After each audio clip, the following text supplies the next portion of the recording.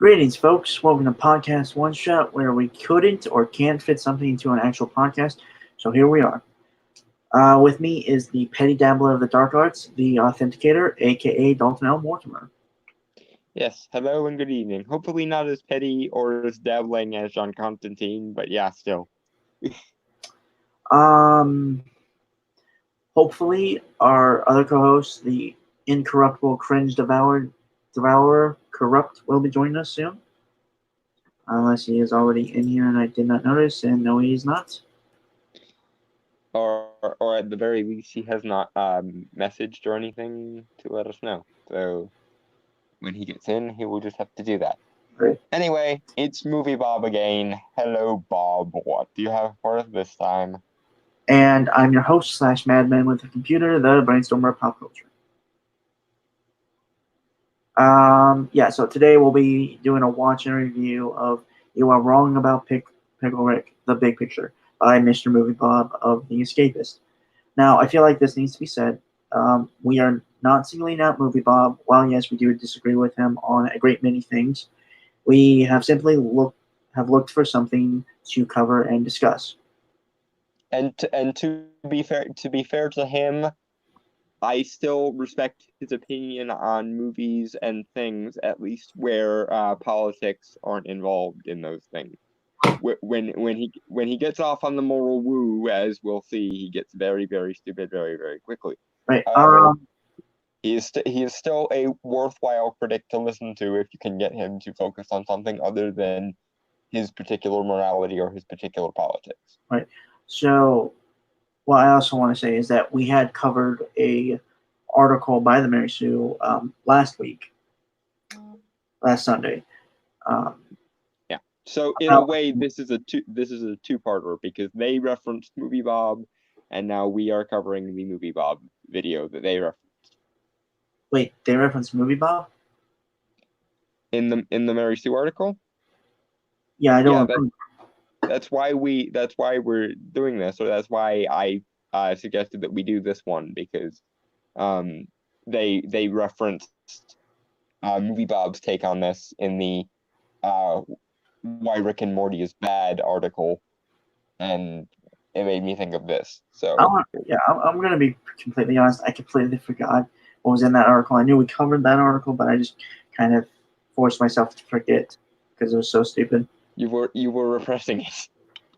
Yeah. To be fair, that's not a wrong policy when it comes to things from the Mary Sue. So right.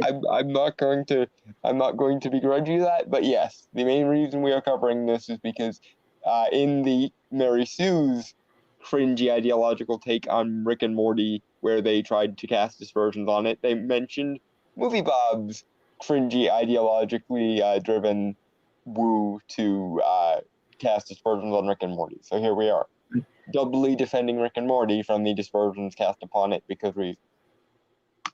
Well, before we cover that, I want to mention our sponsor. We have none. Yes, we are completely unbiased by any monetary influences. I mean, and even when we get an audience, we will still remain fairly unbiased by moneyed influences, because we will be using probably Subscribestar, because fuck Patreon and their censorious ways. I had also suggested PayPal or something like that, or some combination of all the above. Yeah, I will probably, though I do think it will be a very long while until we actually get a major audience. Probably, but hey, we do this on a regular basis, multiple times a week now. So eventually, we will hit the threshold where the YouTube algorithm will start recommending us on people's feeds. Hooray for the occasionally useful caprice of the YouTube algorithm. I feel like I gotta make a clickbaity article in order to get more attention. I really don't want to do that though, because it's kind of stupid. Well, I mean, we cover clickbaity articles all the time, so it's not like we're the only ones on the anti-SJW side of things that do chase the calling out the stupid method of getting the clicks. Well, I am aware of that. It's just I feel like we do it in such a way. It's just more of we have certain topics that we discuss, and Yeah. it's not exactly clickbait. It's just more of we basically rant Zerk the topics we talk about. And yes, that was a direct reference to the Honey Badgers because I am a massive fan of Carson, Allison, Mike, and Brian over at Honey Badger Radio, and also the majority of the other Honey Badgers as well. But those are my favorites so far. And like, I'm sorry, I forgot Hannah Wallen, who is the definitive journalist Honey Badger.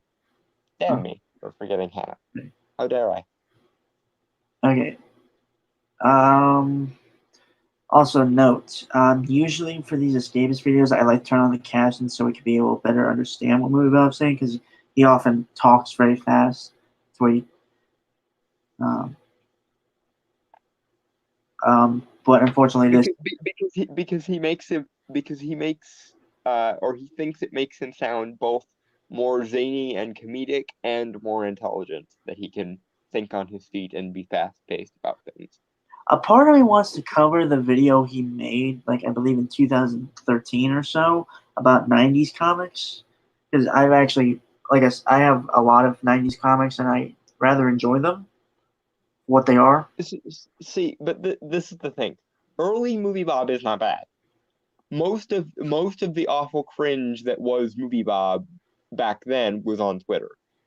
What happened to Movie Bob that made him more inclined towards his cynical spouting of his ideologies functions around three things. Number one, the original closing and revamping of The Escapist that resulted in his firing. Number two, Gamergate and how he found himself on the receiving end of the fallout of that. And three, when Trump was elected, it kind of broke his brain. Okay. Yeah. I think at this point we're just stalling. We are in the hopes that Corrupt might pop in, but he has not yet. That might be why my phone has been ringing. If you'll give me a moment, I will check that. Oh, okay. Also, I apologize for anyone that heard that meow. That was my cat trying to get my attention, as only a cat is able to do.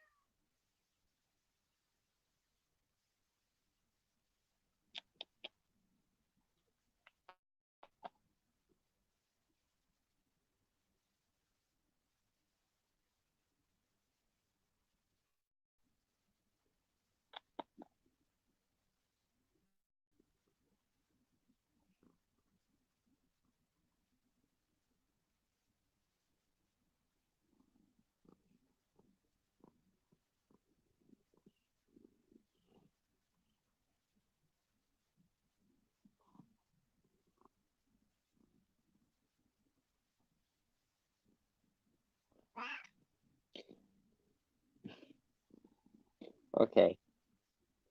Cat, you're gonna have to move because you're right near the mic. And I don't think the people are gonna be as receptive to your opinions as I am.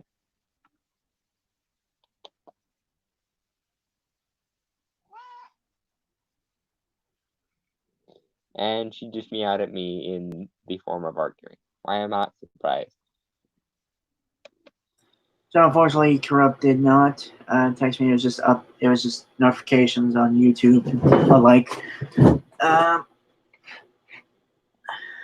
Apparently, Doomcock is having a live stream right now, as we are. So whatever audience we would have will probably be there. Well, actually, to be fair, most of the fan base we have are from the Anglin side of things, and as much as Doomcock is awesome, hail Doomcock, there isn't as much overlap with our audience and his audience as you would think. Despite the fact that Nerdrotic of Nerdrotic channel got his start on one of our live streams, and then proceeded to blow up and apparently become too busy for us. So, it's becoming a pattern that people get their start on Englantine's live streams and then promptly forget to remember Englantine when they blow the fuck up. But oh well. We really need to try and get him on one of these. True, but he's usually busy with one of the 5 channels that he has, and I can't blame him. So Yeah. He's a nice guy. yeah, and despite the fact that shit he says is almost always controversial, it's also almost always correct. So for those that dislike Englantine because of childish bullshit outrage nonsense, yeah, you need to get the fuck over it because you're usually not being objective. Not saying he's never wrong, because I have disagreed with him on many things, but I am saying that he usually at least has a method of reasoning to where he gets to his apparently controversial opinions. Who are you? Who are we talking about? Oh, Corrupt joined. Yay. Well, thank you. Oh, Corrupt is here. Yay. What did I miss anyway? What are you guys talking about? Not You much. are quite far away from the mic there, dude. You might want to get closer. That's weird. Hold on. The micro. I'm using my headset, so the microphone is like right in my mouth. Wow, that's weird. Hold on. Let me see. Oh, I mean, he's quiet on my end, but it might just be my end. Is he quiet on your end too, Brainstormer? Because I didn't hear him come in. Brainstormer? I get the feeling that I'm alone in a crowded room again. This is extremely weird.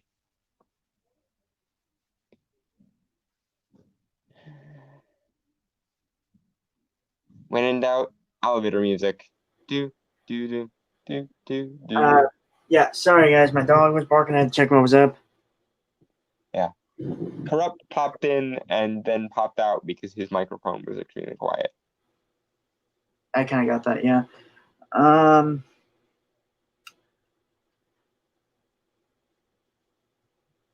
Well, honestly, I don't know how we can. I kind of don't want to start until Corrupt does arrive because I'm sure he'll arrive back again. Yeah, he'll be back shortly, so we can Okay, here he is. stall just a little bit longer. okay. What did I miss? Can you guys hear me now? Nothing actually, because we were waiting to start once you got here. So All right. Can you guys hear me now? Yeah. Yeah, Yeah, you're you fine can. now. Okay, so I'm not low or far away. Nope. No, you were there for a bit, but you're fine now. Okay, excellent. So, like, what were you guys talking about? Today we are going to be going through another Movie Bob video where he tries to bash Rick and Morty, because last week or last Sunday during our main show, a Mary Sue article tried to bitch about how bad Rick and Morty was because of my toxic fandom, and they mentioned Movie Bob. So this is kind of a twofer. I'm kind of confused. I thought progressives loved. I thought they loved Rick and Morty. Apparently not. No, because my toxic fandom. They're still sore about the Szechuan sauce. Szechuan sauce incident and the pickle Rick meme, and how apparently nihilism is bad except when they do it.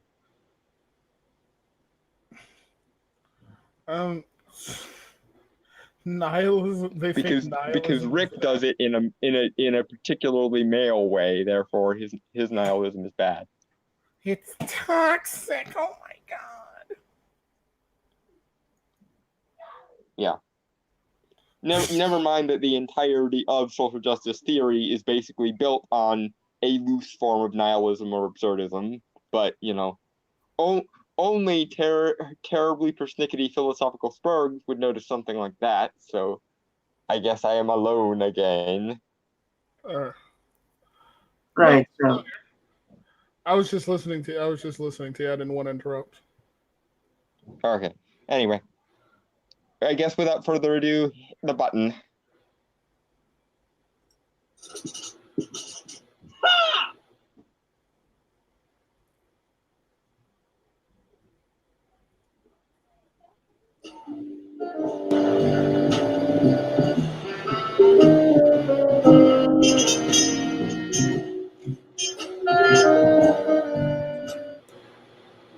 Banana. Yeah, banana. Oh, right, correct. You haven't. Just I borrowed a trick from some YouTubers that I watch. Whenever they do a response video on a stream and they get to like the DMCA cutoff point, they will say the word banana if they don't have like any substantive commentary to Oh, fill the air with. okay. So they have to say banana. Okay. I actually said we should have our own little word, but he kind of talked me into saying banana as a kind of loving tribute to them. It works as a reference, and I don't even think the people that I borrowed it from do it as much anymore because they now filter their videos they respond to through like visual filters, so they don't have to do it as much anymore. But anyway, All right. yeah. So what was the word that you picked, brainstormer, that you wanted to pick? I think it was sarsaparilla. Was it kumquat at one point? I remember it being kumquat at one point. No, I think I said kiwi. Like when we were first starting it or something like that. Oh, okay, but at any rate, we have officially filled the air with nonsensical Spaghetti. There you go.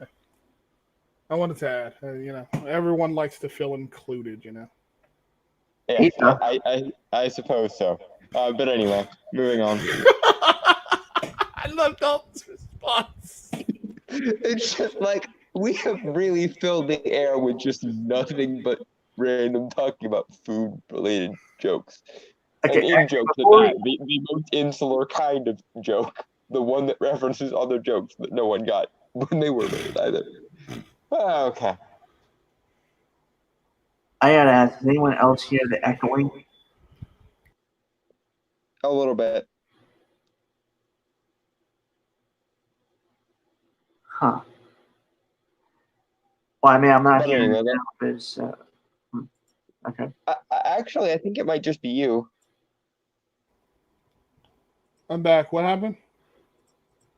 That was Brainstormer's mic is echoing a little bit, and we can't figure out if it's just him or if it's everybody's audio. I thought I was echoing. hearing it from.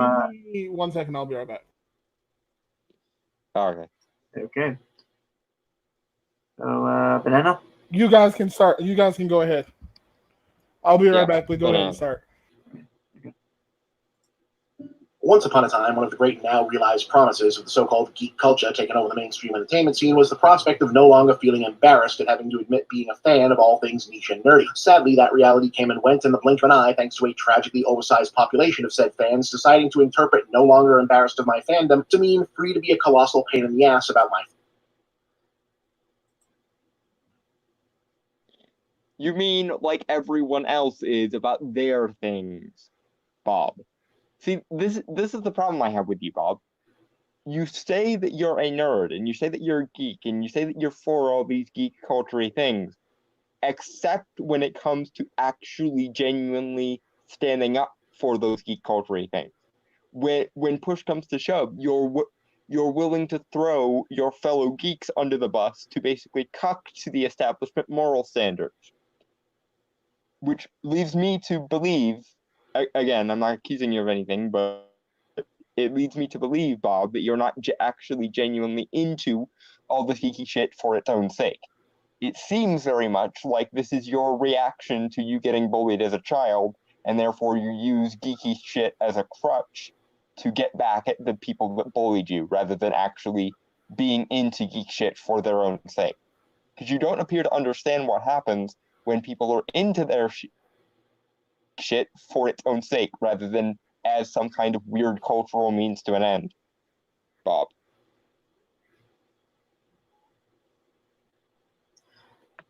Yeah. For the record, I was always fine with being a nerd and a weirdo and a geek.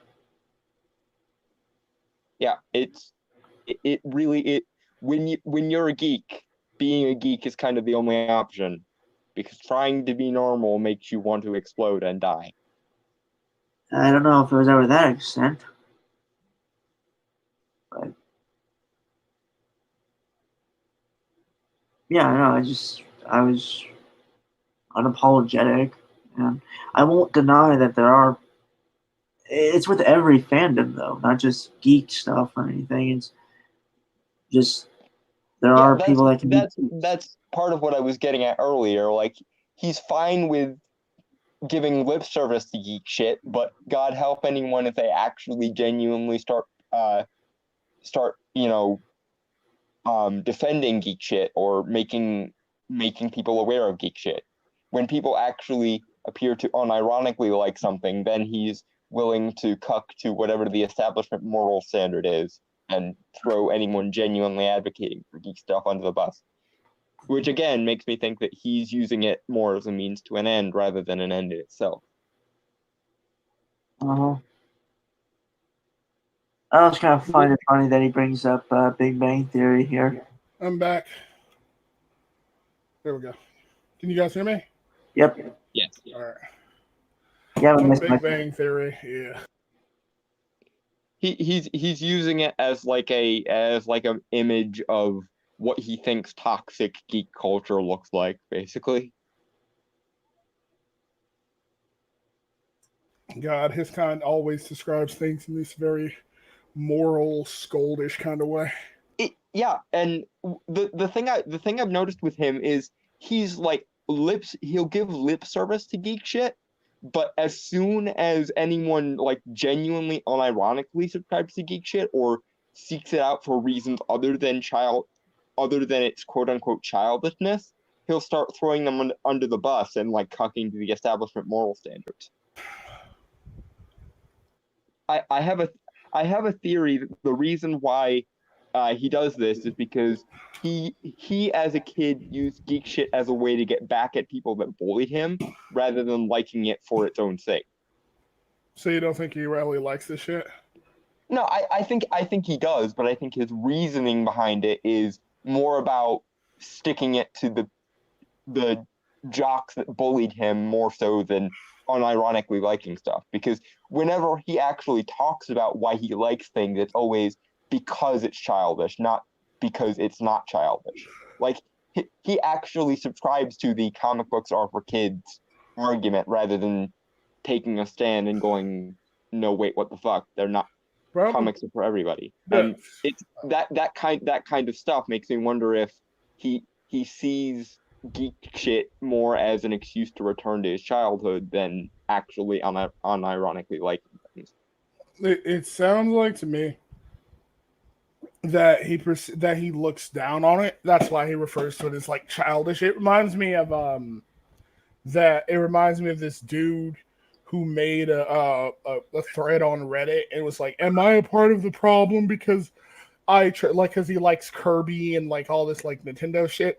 He's like, "I struggle to find progressive themes in Kirby and Mario Kart, but I can't find any. Am I just a toxic male?" Like, no.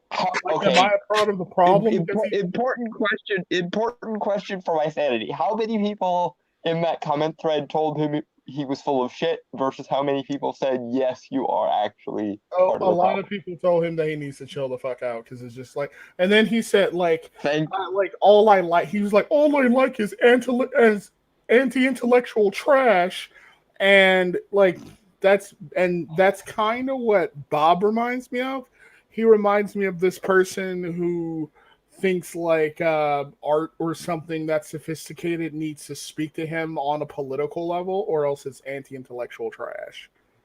Yeah, and what I can't square in my brain is he does appear to like this shit, but whenever time comes to like genuinely like shit and not not coat it in like 10 veneers of irony, he always cucks out and says he likes things ironically.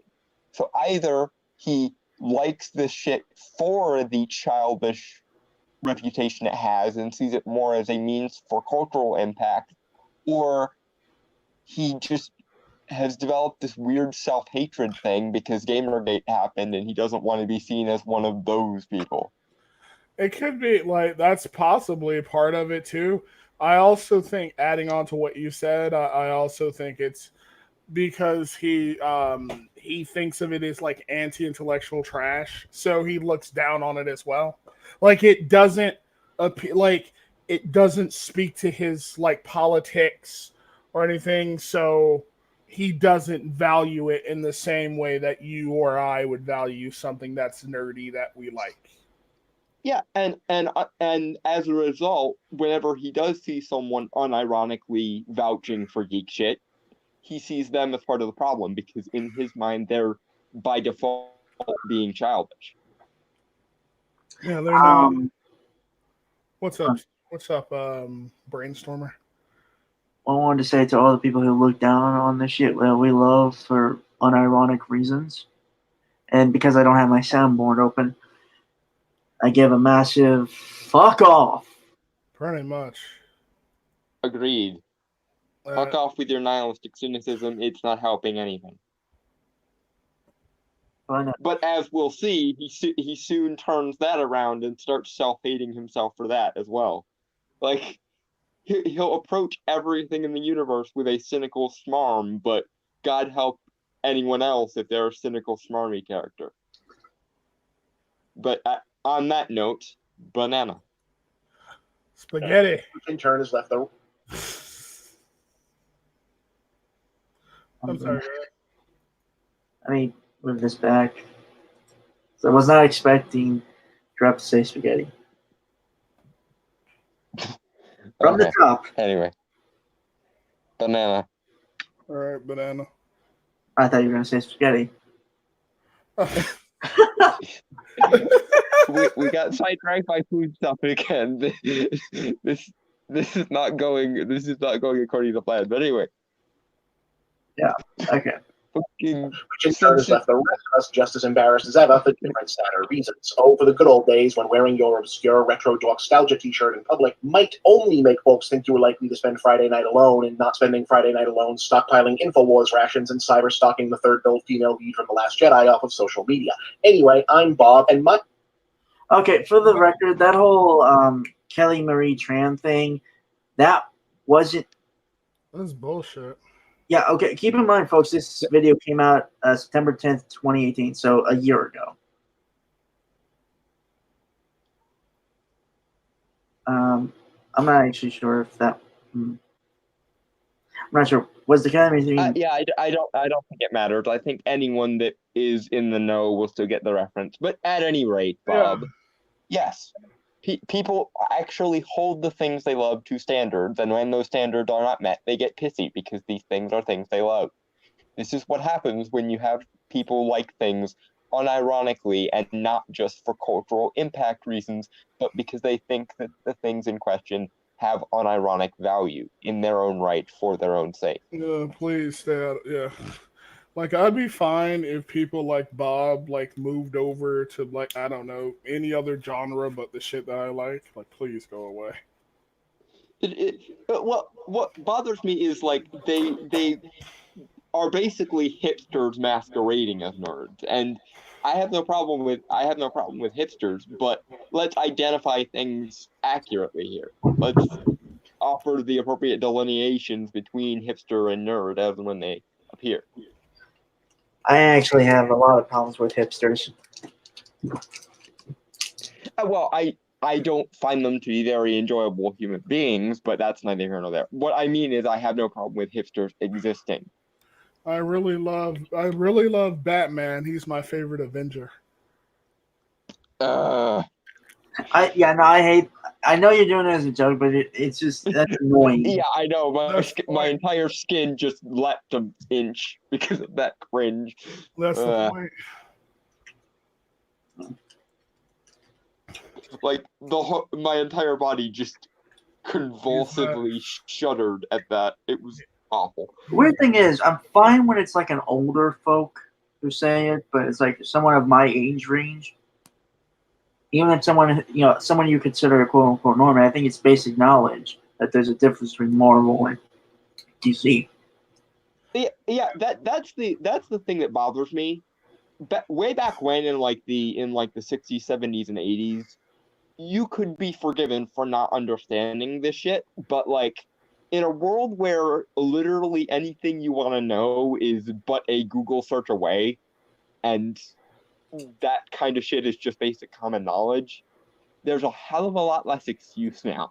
It's like, because I'm actually fairly new to Doctor Who. I came in with Matt Smith's 11th Doctor, but I'm not one of those fuckwits who thinks that the 9th Doctor was the first Doctor, because when I found that I liked Doctor Who, I did the actually nerdy thing and decided to basically become a walking Doctor Who encyclopedia. At which point, I binged as much of Doctor Who lore as I could get my hands on. And now I am reasonably competent at Doctor Who shit. Well, there's two types of people, right? They're normies who just consume the media. So I don't really blame them if they say something like The Flash is my favorite Avengers character. Like, I don't really care, because like they don't really read comics. They don't really have much knowledge of the medium beyond what you see in the movies. And then there are people who do actually follow, who are geeks, who do follow this stuff. So they should know better, as to at least, so they should know at least basic things. Yeah, I agree with you. Most of the issue I have is when people who say things like The Flash is my favorite Avenger then go around and call themselves geeks because they watch Big Bang Theory or something like that. Yeah, that's or they love the science. I love the science. At that point, okay, you're asking me to judge you on the grounds of a geek, and you are utterly failing at the grounds of a geek. So fuck off. I do love the science, Dalton. I'll be honest with you. I am Give me a basic theory on quantum physics. neutral to the science. Say that again. I neither love nor hate the science. I am mostly just neutral on the science. The science exists, and moving on. The science. I like how it's given the title The Science. But what I had said, Corrupt, was give me a basic theory on quantum physics. Since you love the science, Oh god. Well, no, that's what I'm going to say when someone says they love the science or whatever, even though I'm sure it's going to be not as crude or stupid when they say it, but I'm going to ask, can you give me the science? Well, I'm just going to check if they actually know anything about science. I mean, you can... Though to be fair, you picked probably the hardest realm of science to go off of, because even the world's foremost quantum physics expert once jokingly said, if you think you understand quantum mechanics, you don't understand quantum mechanics. Well, no, I said give me a theory on quantum physics. True, but then there are many types of sciences now. Hell, like, I know people don't like social science, but even that's somewhat disputed to be a science. So. See, I don't mind the softer sciences, but I would appreciate they still be approached from a scientific standpoint rather than a humanities standpoint, because even though I personally, my background is in what are referred to as the humanities, even the humanities, I think, could do with a lot more strict logic. Like, my approach to philosophy is a lot more Socratic and a lot less critical theory. My approach is, okay, bearing in mind this is philosophy and not science, if we can't determine things empirically, then let's determine things logically. But that implies a very strict adherence to logic. What I hate is when people go, well, what can you really say about logic really? Isn't reality just what our senses can tell us? And therefore, shouldn't we just give in to subjectivity and basically make that the yardstick by which we measure the entire goddamn universe? We all know That that. is the moment where I'm about to have a brain aneurysm. We all 'Cause- know that stats and evidence has a heteronormative cis white male bias. Ugh. May I add something to that? Yes, You're a fucking idiot. I love you too. Well, I mean, like the people that I The consider. person who would unironically say that, I think, is I really know. disappointing. But yeah, banana. Spaghetti. Spaghetti. God damn it! It says sarsaparilla. Damn it. Anyway, moving on. Embarrassed of my fandom of late is that I am a huge fan of Rick and Morty, but I keep having to promise to people that I'm not an asshole because of that. You don't know what I am. You don't know what I can do. It's cool, Rick. I'm an asshole in dozens of other ways, sure, but at least I've never destroyed a McDonald's over Szechuan sauce, and it generally wouldn't occur to me to try to win an argument by quoting Rick, for the same reasons I wouldn't quote Tyler Durden, Jordan Belfort. Okay, first of all, Bob, thank you for admitting you're an asshole. However ironically you said it, you still admitted it. Well done. Here's a metaphorical cookie. But that being that as it may, okay, certain people find certain characters relatable. And some of the characters that people find relatable and interesting will be characters that you want nothing to do with, vis-a-vis Tyler Durden and Rick and etc. This does not mean that they are idiots.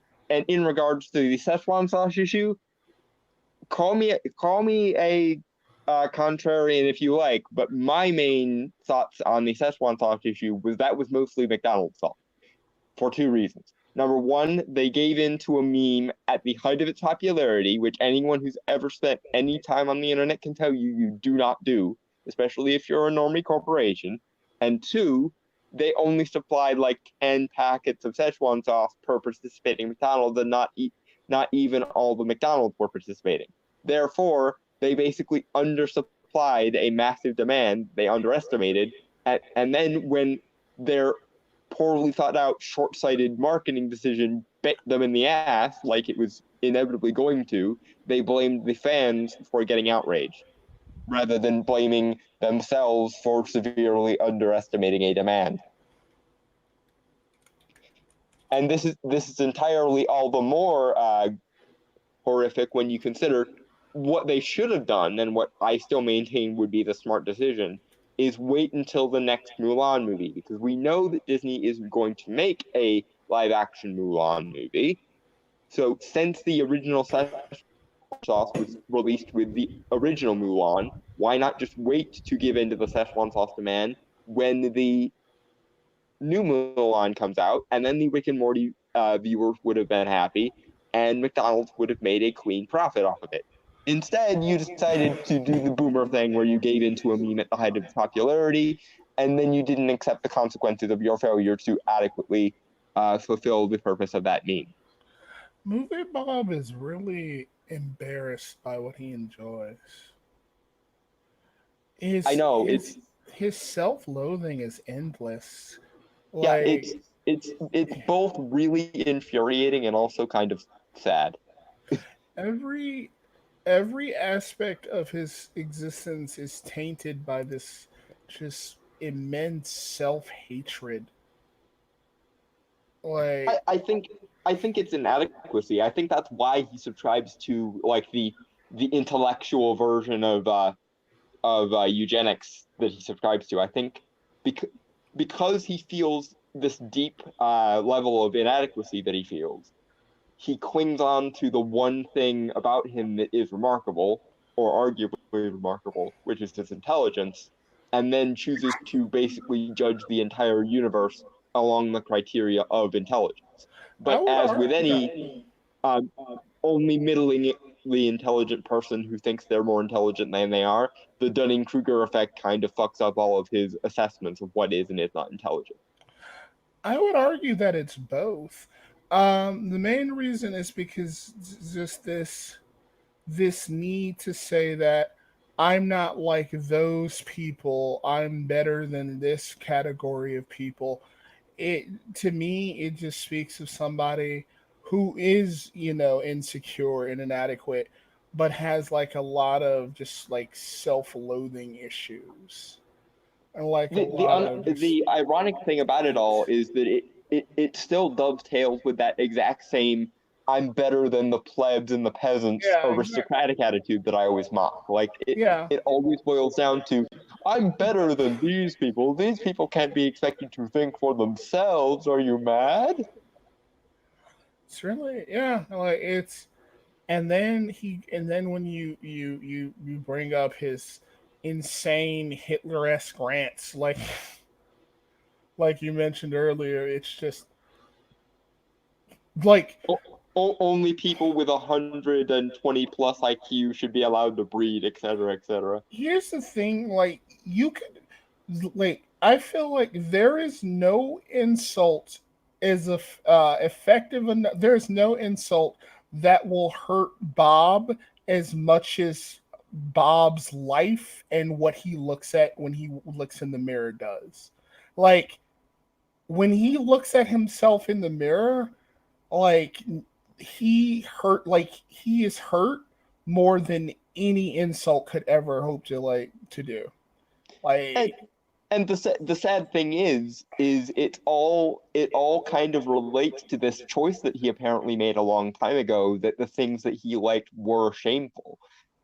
When people like you and I were faced with the things you like are shameful and you shouldn't like them because you're stupid or silly thing came up, we said, no, the things I like are not shameful. Go fuck yourself. But he appears to have actually unironically internalized other people's opinions of geek shit. He does find them shameful. He just, for whatever reason, doesn't think that he should therefore have to get rid of them. That's the cognitive dissonance for him. He has agreed on some level that the things he likes are shameful, but yeah, he doesn't actually follow through on that.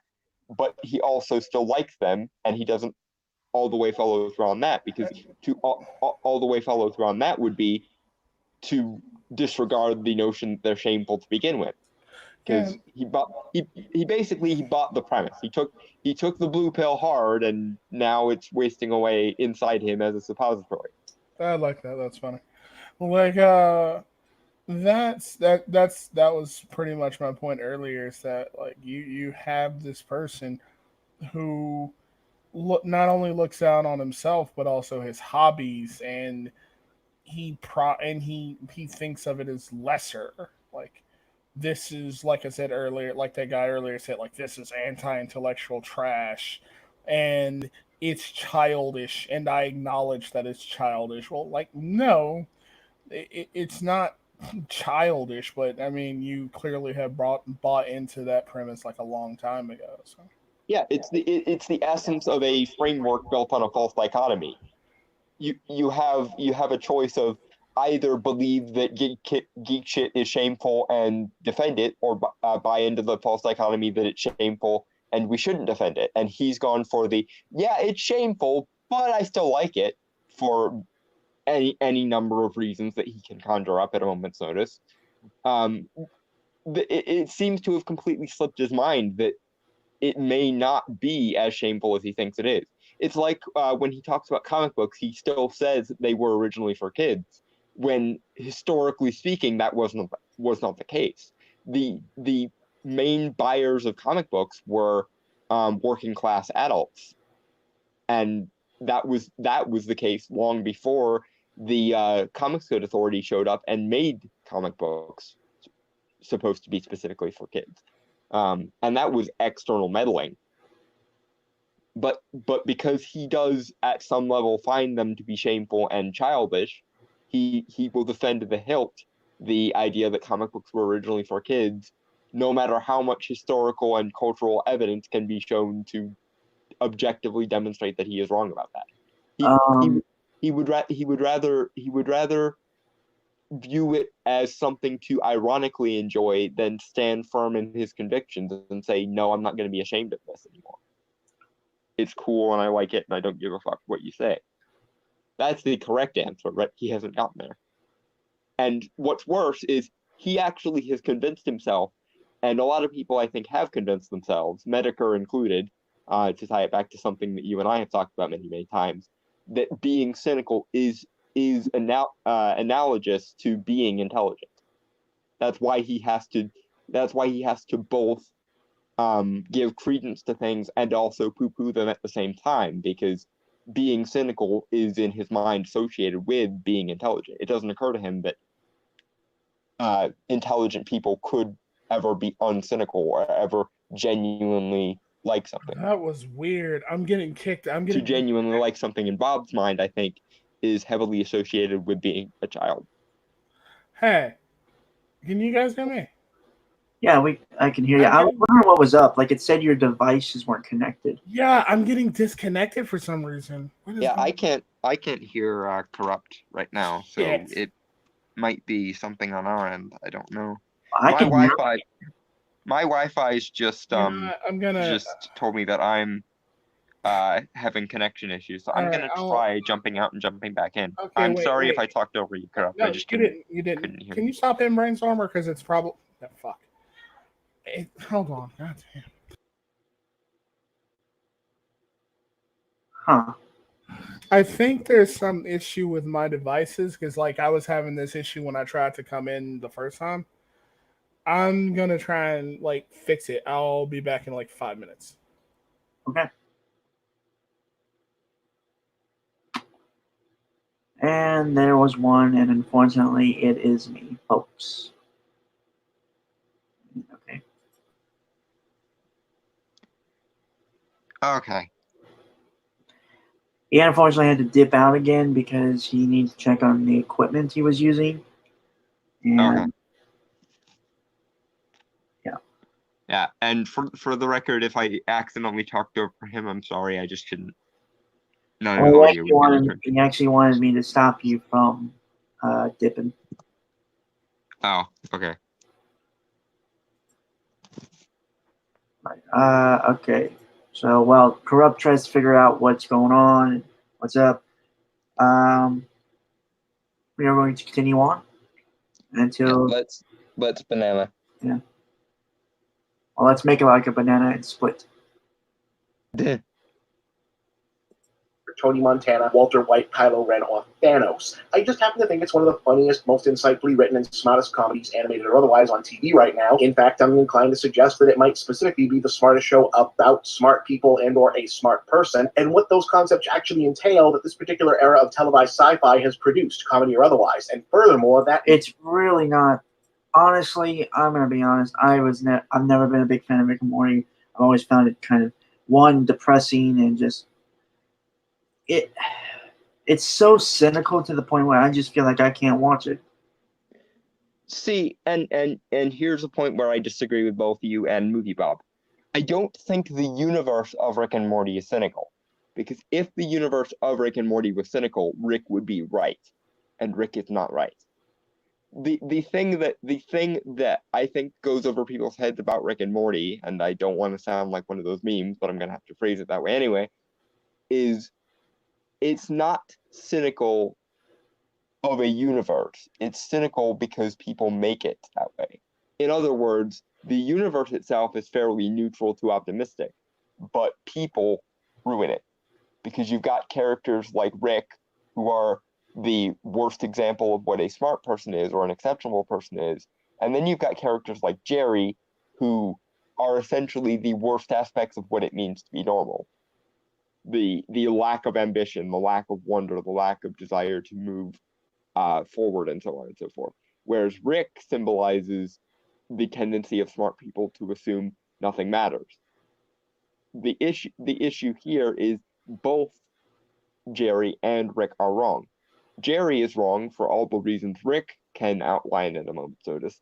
But if you pay attention, you can also see definitively that Rick is very wrong, because his life philosophies always lead him to negative ends.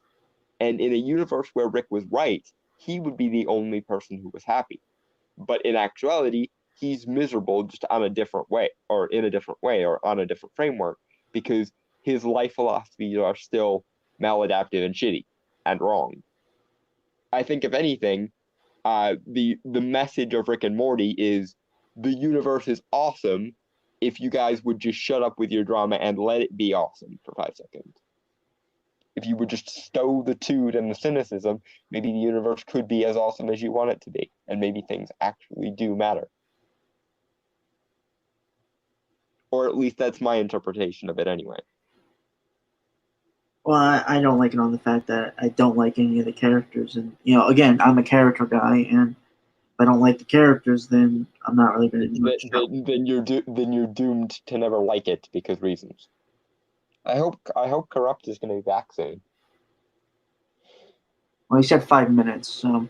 Okay, so unless he falls asleep again, he'll be back. Right.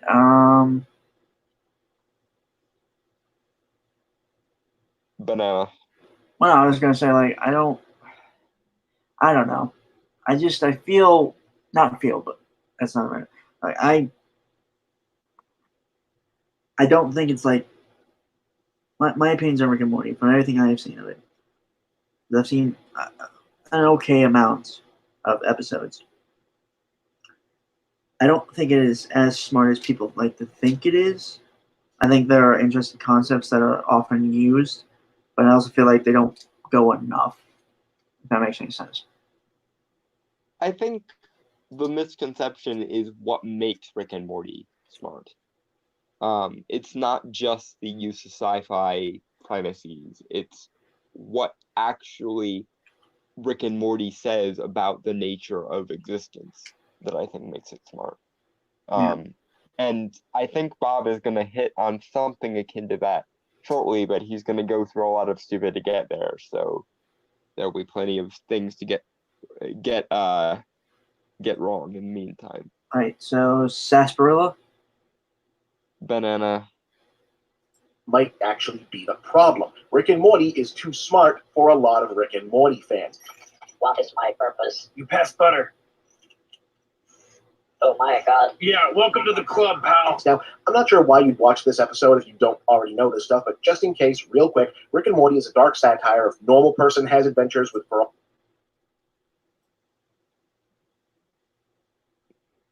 Okay, Bob, just because people come to different conclusions from you doesn't mean they are coming to those conclusions out of abject stupidity.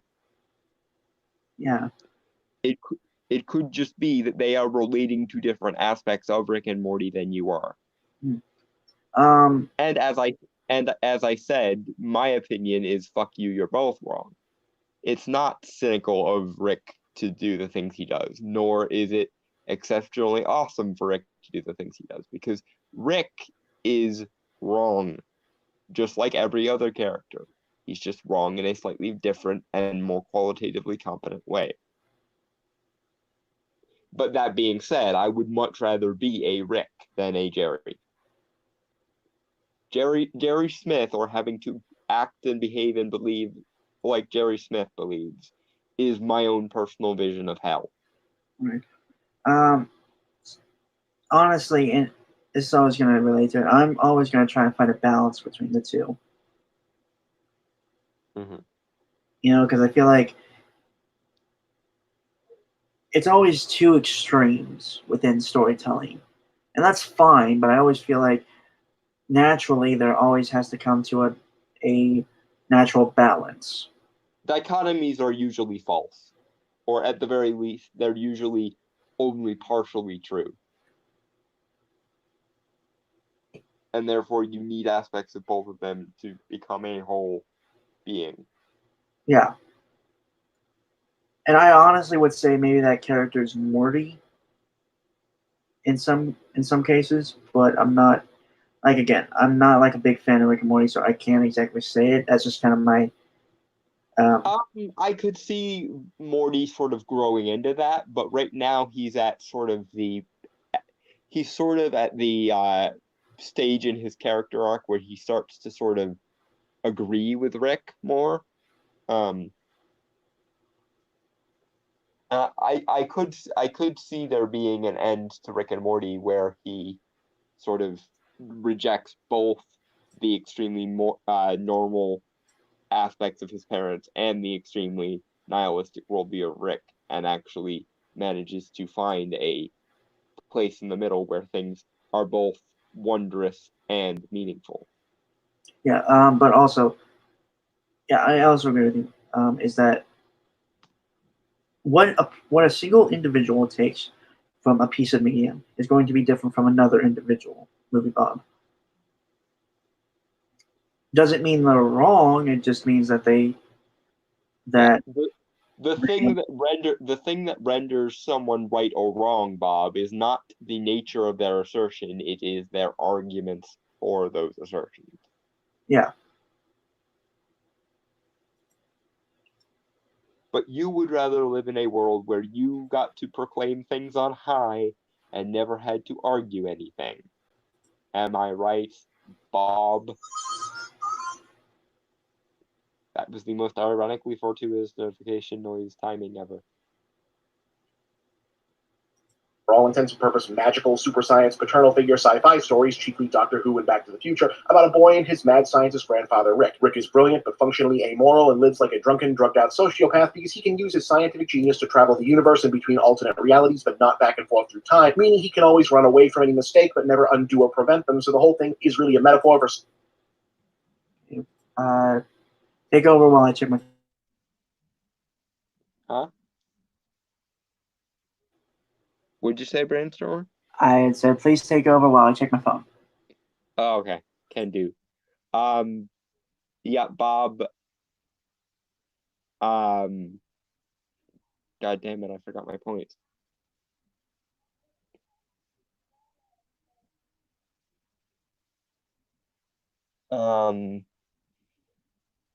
Shit.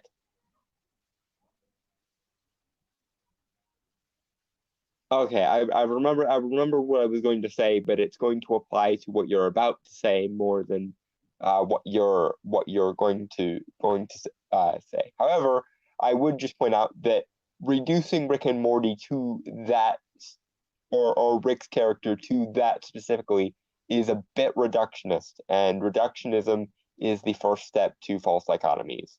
So there. And now we wait for him to come back, because I am apparently alone again. Do do do do do do do do do do do.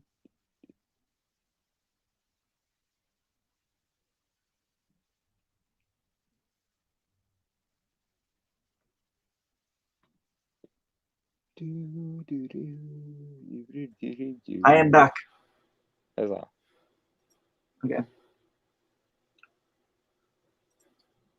surviving an absentee addict family dynamic, except it's not just a metaphor because Rick is an actual deadbeat dad who disappeared from Morty's mother's life for decades, only to reappear under unknown circumstances, the mystery behind which forms the running background mythos of the series. All caught up? Good. Where am I? Are we? Who am I? I think I'm an adolescent boy. Huh. And I'm an elderly man. So you can already see the built-in problem here is... Not really a built-in problem, a problem you're going to have to bring with you, Bob, and that's the problem. What you are projecting onto Rick and Morty is not necessarily definitively Rick and Morty, and therefore your statements are kind of based on nothing but sand here. You're building the foundations of a castle in a bunch of sand, and it's becoming really obvious that it's going to fall down on you. Not sure how that. I think you could have gotten a better analogy there or metaphor. What I mean is he's projecting what he wants Rick and Morty to be about as though it is definitively what Rick and Morty is about. There we go. And therefore his arguments are going to fall flat. Hello, Corrupt. Thank you. What were you discussing? You said his arguments are going. What does he want Rick and Morty to be about? He's projecting all sorts of cynical commentary on society onto Rick and Morty, and that's he's gone to the part where he's projecting that as though it's the unvarnished truth as opposed to just his interpretation. So now when he goes to interpret based on those interpretations that he's presumed to be factual, he's going to just go further and further out into left field because he's already his foundation is already an interpretation, but he's so short-sighted that he can't tell that his interpretation is just an interpretation. He thinks that his interpretation is the objective truth. Yeah, So I can he's see basically that. building a even more convoluted interpretation on top of an interpretation that he can't acknowledge as an interpretation.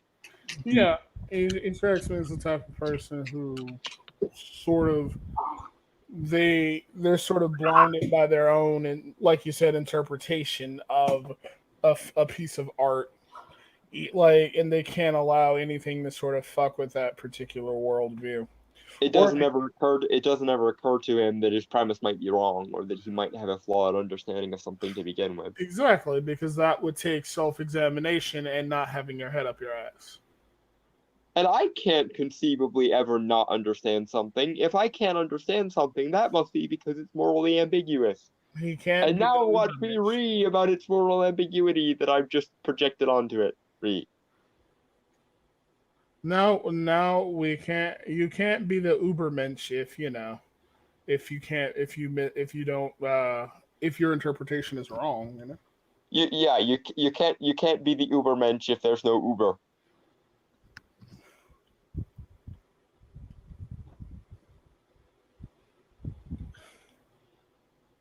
Sorry, I'm I'm just I kind of tune out because we cover this kind of stuff all the time, and so I'm kind of it's the same stuff. Yeah, you want to do something else? We got plans for the future, so we will. All right. Anyway, let's keep going, I guess. That A, Rick is the kind of Dr. House character fanboy culture is always too eager to fall in love with, i.e. the guy who not only kicks ass, saves the day, always escapes the consequences of his bad behavior and smug, grouchy attitude, or at least seems to, but does so by virtue of being the smartest guy in the room and talking about smart nerd stuff like Schrodinger's cat, quantum theory, and atheism, and B, he's a character who started out as a demon. Okay, for the record, he brings up as reference Ben Affleck's Batman, which, in my opinion, should have been given more, but got screwed over because of Snyder. I think also Sherlock Holmes. Yeah. Mm-hmm. Actually, it's just those two. Well, also House. Which, Don, is this the time you wanted me to get the Yeah, get the clip, because here's the thing about House, and this is quintessential to my point about Rick and Morty as well. The thing that people don't understand about House is, despite how well thought out House's life philosophy is, the universe in which he exists goes to great lengths to prove him wrong. And this is the thing about the Rick and Morty universe as well. Even though Rick is the smartest person in the room, that doesn't automatically make him right. Nor, however, and this is where you're going to get lost, Bob, because in your mind, being morally wrong should make you qualitatively wrong. But, alas, it is not so. I.e., no matter how maladaptive a person can be, sometimes maladaptive people can still manage to do awesome shit. Because even maladaptive people usually have a reason for doing the maladaptive shit that they do. Sherlock Holmes was a heroin addict. House, we'll be getting to in a minute, because his logic for why he does what he does is, I think, in my opinion at least, kind of similar to Rick's, in that he uses his intelligence as a crutch rather than a scalpel. He doesn't dissect the universe with it. He basically just uses his intellect and his cynicism to protect himself from the world. Because deep down, he really just wants to get back at people on some level. But that will make more sense after the clip, because in House there was a really great episode, and in that episode, which I believe was called Son of Coma Guy, someone finally bothered to ask House, if he hates people so much, why the fuck did he become a doctor? And his response, as soon as Brainstormer finds the clip,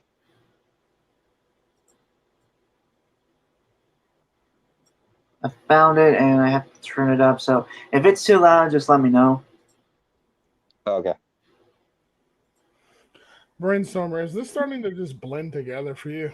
Is it all just starting to sort of bleed together? Like all the straw man arguments and bullshit. Yeah. Or are you just really tired again? It's kind of a bit of both. Yeah, because I remember we were both extremely tired yesterday because we both got really shitty amounts of sleep. Yeah. It's like honestly, it feels like it feels like this is all just sort of bleeding together for you, and you seem really tired. So, I mean, we've been in here for an hour, so we can just stop it now. Honestly. Nah, whenever I try to do an argument, I'm always committed to see it through. I have to watch the rest of Movie Bob's video, but this is the clip. Don't let me find. I think it's only audio though. That's the thing. Yeah, it's audio interspersed with screen grabs from the episode or something, but Uh, it's useful for refuting at least this part of Bob's argument, because Bob, you made an extremely surface level, essentially straw man of this character, and as it so happens, one of your examples of what Rick is like has a perfect counter argument to you, vis-a-vis Dr. House explaining why he became a doctor.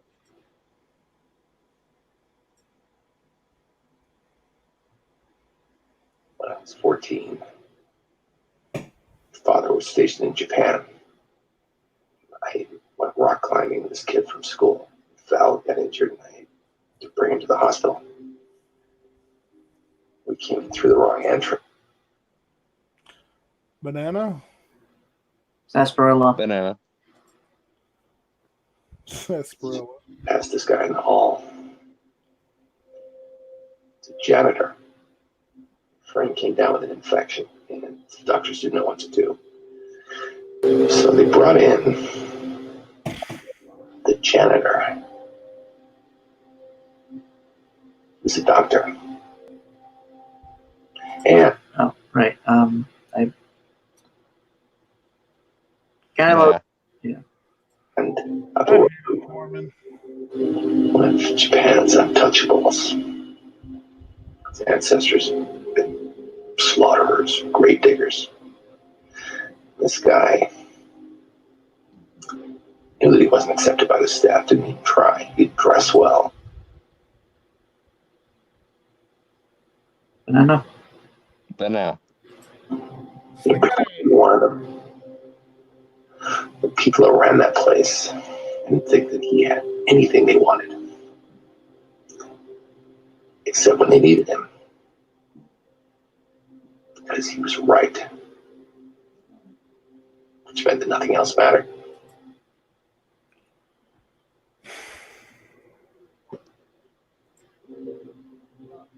They had to listen to him. Okay. Yeah. Nobody can beat us. No. Fucking ads. Curfew ads. Apocalypse. But yeah, Bob, your cynical reductionist straw man of these kind of characters completely overlooks why these kind of characters do what they do. Namely, in a world where you're convinced nothing matters, you best be the smartest guy in the room, because if you're not the smartest guy in the room, then no one is ever going to need you or want you or find you useful in any way. And if that happens, your entire life basically becomes a long drudgery of unending pain.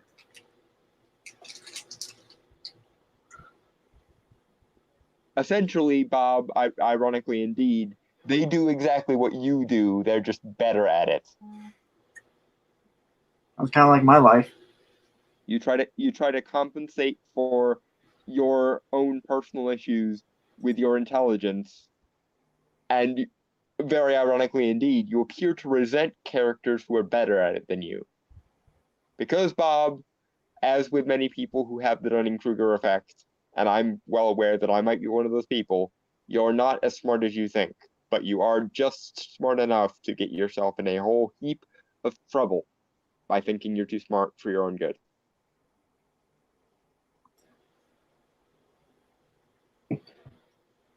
Sarsaparilla. Spaghetti. Banana. Deconstruction. That's important because a lot of shows with a bad guy main character are all about deconstructing the hero narrative as they go on, but Rick and Morty skips the whole, well, maybe Walter White is just a regular Joe Schmo who got dealt a bad hand bake, and skips right to the, oh, this guy may have always been a monster waiting to come out switch by assuming its intended audience is already familiar with Doc Brown and the Doctor and will recognize Rick as the Okay, Bob. Here's the thing though. Even if Rick is meant to be a deconstruction, he's not really. He really is not really. What he is an exemplar of that kind of character archetype, and there is a massive difference there because deconstructions tend to subvert for the sake of corrupting any meaning that those things have. Archetypes simply reduce things down to their necessary components and leave those necessary components bare for all to see.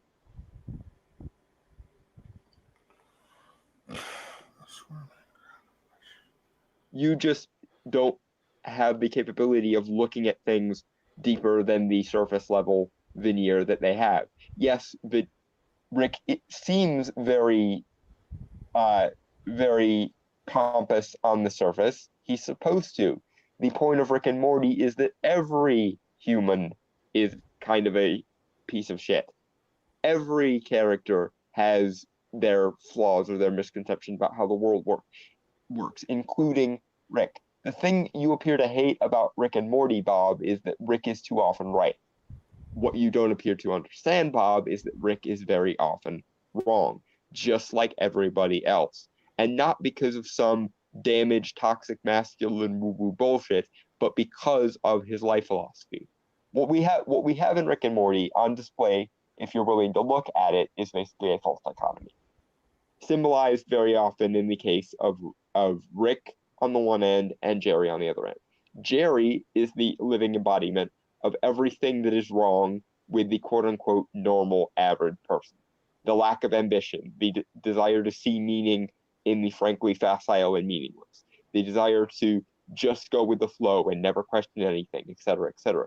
Rick, however, is the embodiment of everything that is wrong with exceptional people. If the flaw of the Jerry Smiths of the world is that they never have enough ambition or drive to see the world as it actually is and see the wonders of the world for what they are and forego the normality of life, Rick is the kind of person who, even when faced with those miraculous wonders, will see no meaning in them. And as a result, he will always end up being self-sabotaging. Not because the world is nihilistic, but because he is. If you look at Rick and Morty, what you see is the universe essentially trying desperately to tell Rick that he is wrong, and Rick pig-headedly insisting that he cannot be wrong. And as a result, the universe fucks Rick shit up. If Rick was right in Rick and Morty, he would be the only happy character. But because Rick is wrong, just like everyone else, he too suffers. He just suffers differently because his worldview is different. Essentially, if I had to boil down the message of Rick and Morty, it would be the universe telling humanity, if you could all just stow your fucking drama for a second, you might realize that things actually do matter. No, the bullshit normalistic shit that normal people find meaningful isn't meaningful, but neither does that mean that the entire universe is utterly meaningless. There is meaning, it's just not the usual standards for it.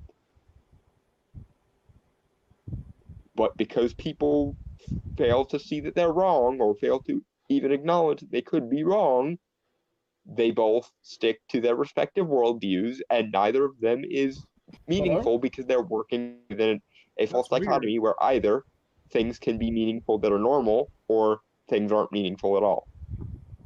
It's a bullshit false dichotomy. That's weird. I got disconnected for a little bit. No, we didn't, bud.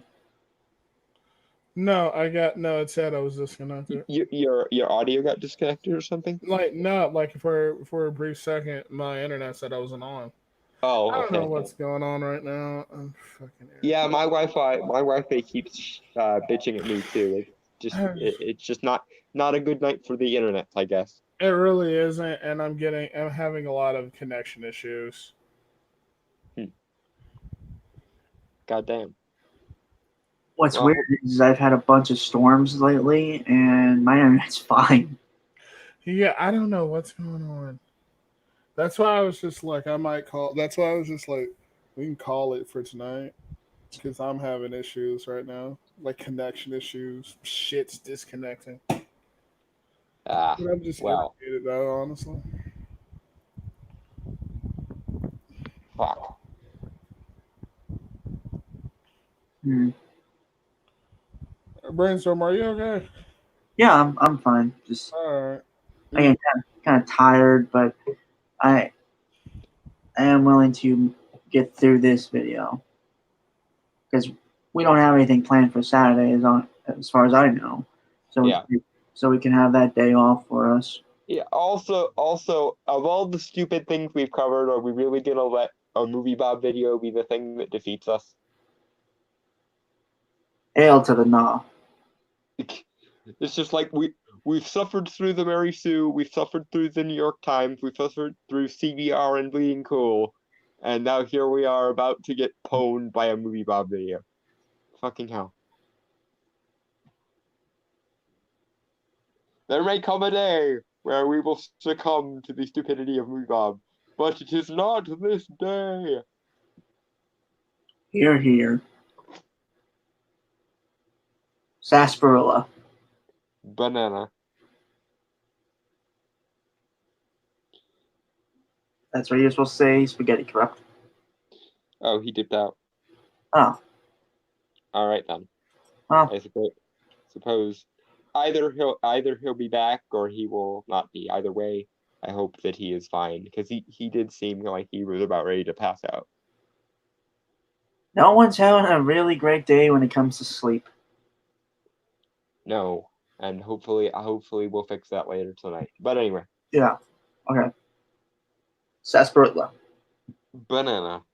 Dark parody of that type, and that the show's foundational joke is to suggest that you don't really want to be pals with someone like this because living unmoored from mortal consequence and reality probably turns you into more of a space Caligula than a space Jesus. We need a hang glider and a crotchless Uncle Sam costume. And I want the entire field of your largest stadium covered end to end with naked redheads. And I want the stands packed with every man that remotely.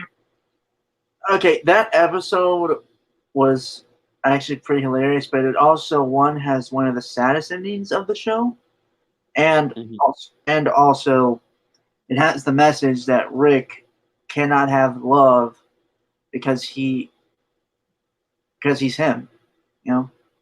Yeah, and here's the thing, Bob. You seem to be conflating a statement about existence versus with a statement about morality. The show doesn't appear to be saying anything about morality. What it says things about is the nature of existence. Again, like I said, Rick is wrong. On this point, we do agree. But he's not wrong because he's immoral. He's wrong for exactly the same reasons as everyone else is wrong. He's wrong on logical ground. Just because the shit he says about Jerry to Jerry is a correct assessment of Jerry's problems doesn't mean Rick is an adequate assessor of his own problems. And just because he has those problems doesn't change the fact that the shit he does is still pretty fucking badass. Because, again, as I stated, I would much rather be a Rick than a Jerry. Why? Because Rick still manages to do awesome shit. And in actuality, it's the people that are fucked up who can still manage to do awesome shit that we tend to like. For example, Sherlock Holmes was a heroin addict. That does not change the fact that he had a singular mind. Wait, I thought he did cocaine, and corrupt is here. Jesus fucking Christ. Okay, You had to reboot again? Bro, I was frozen for like 5 fucking minutes. I don't know. I'm out. Like, this is just pissing me off. I can't do anything. I get disconnected. Like, Dalton will be talking for like a few minutes and then he'll stop talking. And then you'll be like, wait, did he actually stop talking or did it just disconnect me again? Yeah, exactly. That's basically that's exactly it. Yeah, like, I'm sorry if I ramble too much, by the way. No, I know you I can don't. get really You don't you aren't rambling at all. It's just that my computer is disconnecting and connecting and disconnecting and connecting, and it's pissing me off. Okay. Well, You're not at fault at all. okay, good. Well, that being the case, good night, I guess. Hopefully Sunday it will be a little bit better. What's Good up, night. brainstormer? Well, I was going to say essentially what Dalton said. I hope it works out before Sunday and you come on and be Yeah, all. of course. Yeah, of course it should be. I'm gonna see what's going on with my computer. This is ridiculous. All right, man. All right, Alrighty. Cheers, corrupt. all right. Cheers. Shit. Sorry about leaving so early. Good, man. That's all right. All right, I'll see you guys. All right. Yep.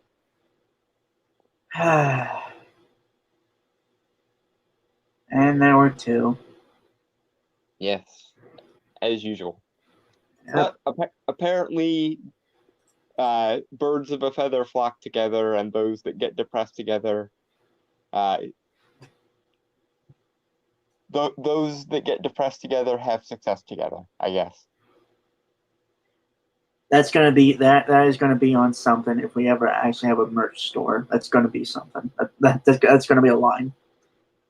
Those that get depressed together have success together. I agree that basically summed up our entire friendship.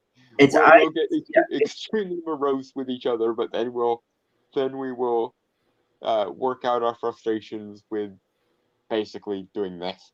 Yeah, it's either a T-shirt or a hat. I know it. I when I get a merch store for my channel, I'm going to, instead of making custom T-shirts like every other fucker, I'm going to make custom bow ties, because I personally wouldn't be caught dead in a T-shirt, and that's kind of part of my brand. So, I custom bow ties also like hoodies. So, maybe a custom hoodie. or a mug. We could mug for the camera. But Wah wah wah. Don't have my sound open. I forgot. All right, but anyway. I mean, I was gonna do the cricket noise, but I don't know how to do that. Just insert cricket chirp here, basically. Yeah. Okay. He resembles my father. But because a deconstructionist character also has to be a character in order to sustain a series, as opposed to a one-joke sketch, you end up having to reconstruct fresh characterization onto them in the form of depth and psychological nuance as the show goes on, which fans already inclined to adopt Rick's entertaining, nihilistic ratings as a kind of life philosophy end up mistaking as license for them to do so. See? Okay, you know what's weird? I'm not sure. The episode where it took place on the Citadel of Rick's. Yes. Most all of those Ricks are basically just Rick. Yeah. And they're all depressed. They're all just assholes and shit. I mean, yeah, they have adventures and stuff, but still, they're still Rick in general. And the only Rick who actually had a meaningful life, even though it wasn't as exciting as a usual Rick, was our Rick, basically. No, I was talking about the one about the you're Matrix. talking about the doofus Woodwork, Rick. the woodworking Rick. The J19 Zeta 7 Rick. I think so. Yeah. Yeah. So yeah, you get my point. Is that even though Rick goes on all these great adventures, I don't think he'll ever truly have happiness in his life. Yeah, and that has nothing to do with his intelligence or his character or any of that. It has to do with the absolute bullshit that is his life philosophy. This is the thing that you keep misappropriating. And no, it's not because he's immoral or because he's not amiable. He is still amiable. And this is the other thing you don't understand, Bob. People are not cut and dry, i.e., just because you're qualitatively good at something doesn't mean you're morally good at something, and just because you're morally good at something doesn't mean you're qualitatively good at anything. And in any case, in the universe of Rick and Morty, everyone is a cynical asshole, because essentially the point of Rick and Morty is to prove the uselessness of cynicism in general. Futility. Futility. Yeah, futility. Ah, Futility, utility. which apparently saying that word was futile for you. I'm giving you a glare, by the way. I am aware. I honestly don't feel right if I can make it through an entire live stream without making you do that at least once. It's like Dwight from The Office giving the look to the camera. That's how I would describe my glare. Your glare is noted and on we move. I mean, do you have anything else to add before we move on, or is it banana or sarsaparilla or spaghetti or whatever? Just that I really hate what he's setting up here. The idea that the reason why Rick is not an amiable character is because he's immoral or something. Yeah. Just because he's immoral and unhappy doesn't make him not amiable. Because the awesome shit that Rick does is still awesome shit. And I know this is gonna make your head explode, Bob, but people who are depressed and anxious and all that kind of shit can still manage to do awesome shit.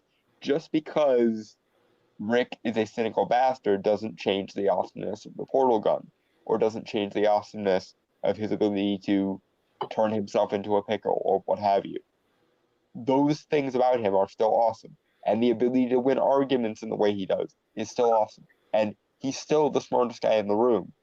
It's just that he's misapplying it, and he's misapplying it for exactly the same cynical bullshit reasons as you are, because he conflates qualitative awesomeness with moral awesomeness, and therefore assumes that his worldview is correct, no matter how vehemently the universe in general insists that he is wrong. You know, it's And he can be wrong and still be awesome.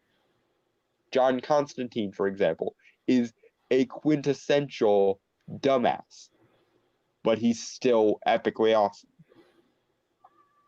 The only solution I have for you, Bob, is stop thinking of things in moral terms and just look at things objectively for 5 minutes.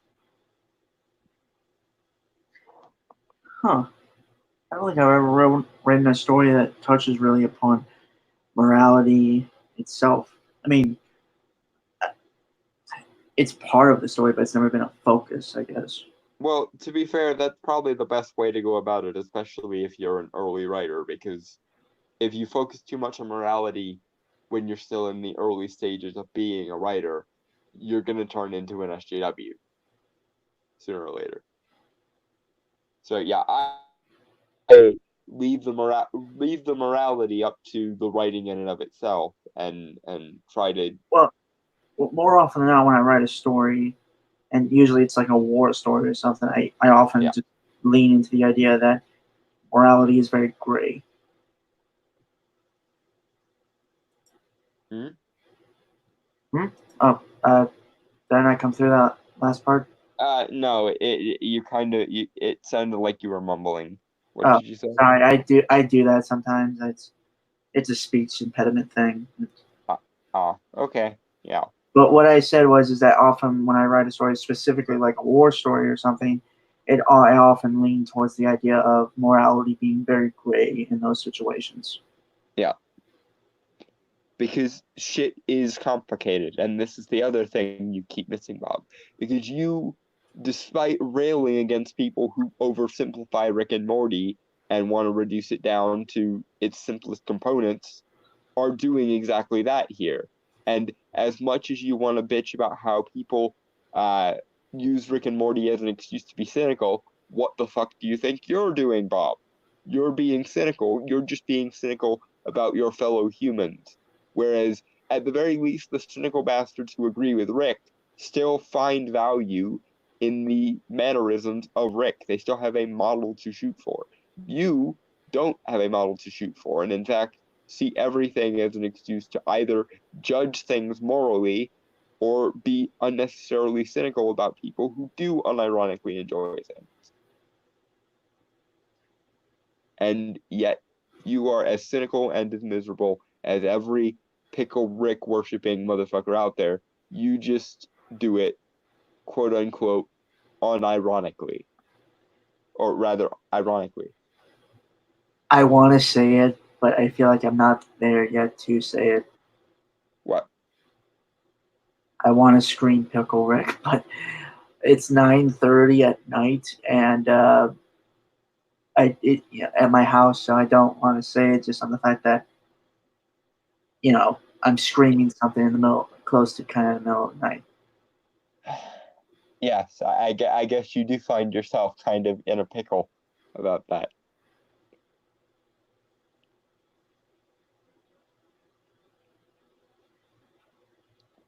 I can feel the glare. I could literally feel but it had to be done. There are only so many times you could use pickle jokes. Let the glare burn into your memory. Let it scar your soul. Sweetheart, if my soul was charred, don't you think 13 years of practicing magic in the occult would have done it already? Okay, that's fair. But do not forget that glare. It's gonna haunt you. All it's doing is threatening me with a good time. That glare sustains me about like unicorn blood in the Harry Potter franchise. I'm not even gonna ask. What do you mean? I have no idea what you mean, but I'm not gonna ask just on the fact that I don't care about Harry Potter. Oh, in the Harry Potter universe, Dalton, you can, I don't care. yeah. I don't care at all.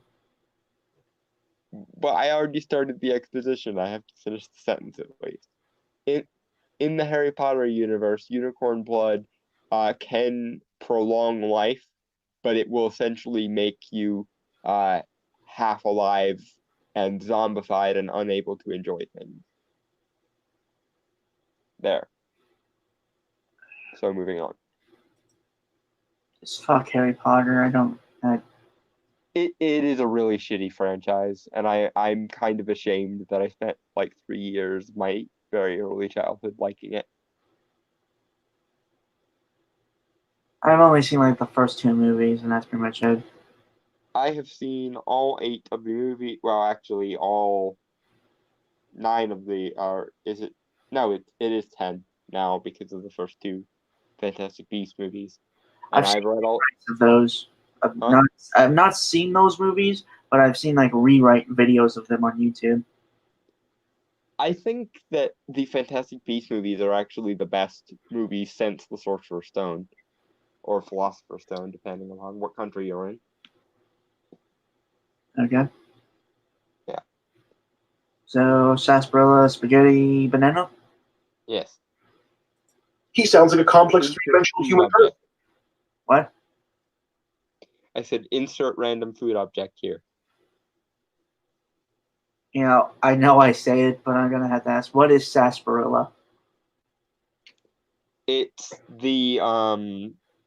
a weed, or rather a fern in the redwood family, I believe.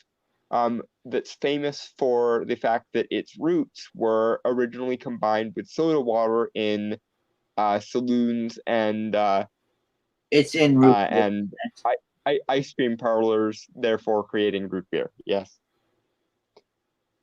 Oh my god! That's why you'll often hear in Western movies characters ordering a sarsaparilla. What they're essentially asking for is proto root beer. Oh my god! You can go back on the catalog of our streams, and I've said I have root beer. Yeah. Consistently. And I didn't know sarsaparilla was essentially proto root beer or something in root beer. Yeah, it's like the main active ingredient in most root beers. For fuck's sake, how am I that dumb? Because most people don't know that information. Because most people don't know or care about the history of the things they shoved in their face. I'll be honest, I was never really given much information on root beer itself. I just know I like it, and it's the closest thing I have to actually being an alcoholic. Yeah, I remember when I drank soda. I drank plenty of root beer as well. I can't really blame you there. I'm still drinking soda. I mean, well, I just finished a 7-Up. Well, when it gets time to refill your soda, you know what you should be grabbing for the sake of No, I only have 7-Up and Dr. Pepper right now. God damn it, of all the times to run out of root beer. I ran out of root beer about a few weeks Hmm. ago. Okay. See, he sounds like a complex three-dimensional human person, so I'm going to go right ahead and get one of his obviously awful opinions tattooed in script on my wrist. Yeah, which wouldn't be quite so frustrating in itself if the show didn't spend so much time violently beating its most ardent fans over the head with a point they still continue to miss, particularly in the darkest yet third season. Following season 1's Morty realizes Rick is kind of pathetic. Banana and sarsaparilla and spaghetti and root beer, apparently. So that's not going away anytime soon. No. Well, I could bring up the sandwich thing again, but I think we're past that. Alright. Arc and season 2's Can Rick Be Redeemed arc by asking if he even deserves any sort of redemption. It's possible none of the characters do, frankly. We're what's left? Well, the family. At least we're real, Jerry. We're real. And in the process, revealing that not only is Rick bad at being a father, grandfather, friend, regular, decent human being, he's also not actually that good at being Rick. The episode Vindicators 3.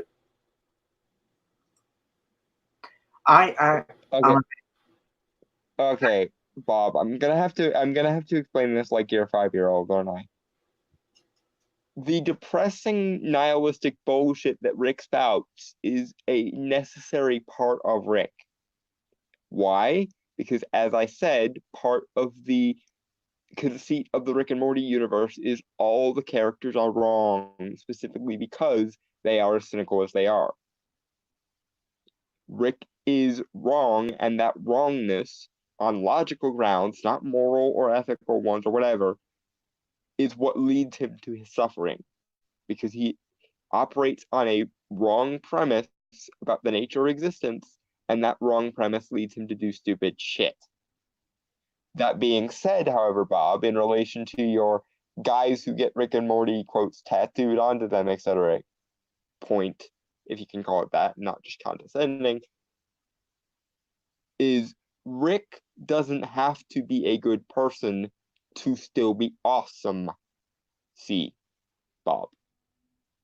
And in a world where people are searching for something to unironically believe in, even if that thing is a nihilist with a dissociative personality, they will cling to that because at least in the awesomeness of Rick, they can be reliant. Because of course, it doesn't matter if the world is meaningless and everything is worthless if you're awesome enough, according to some nihilists.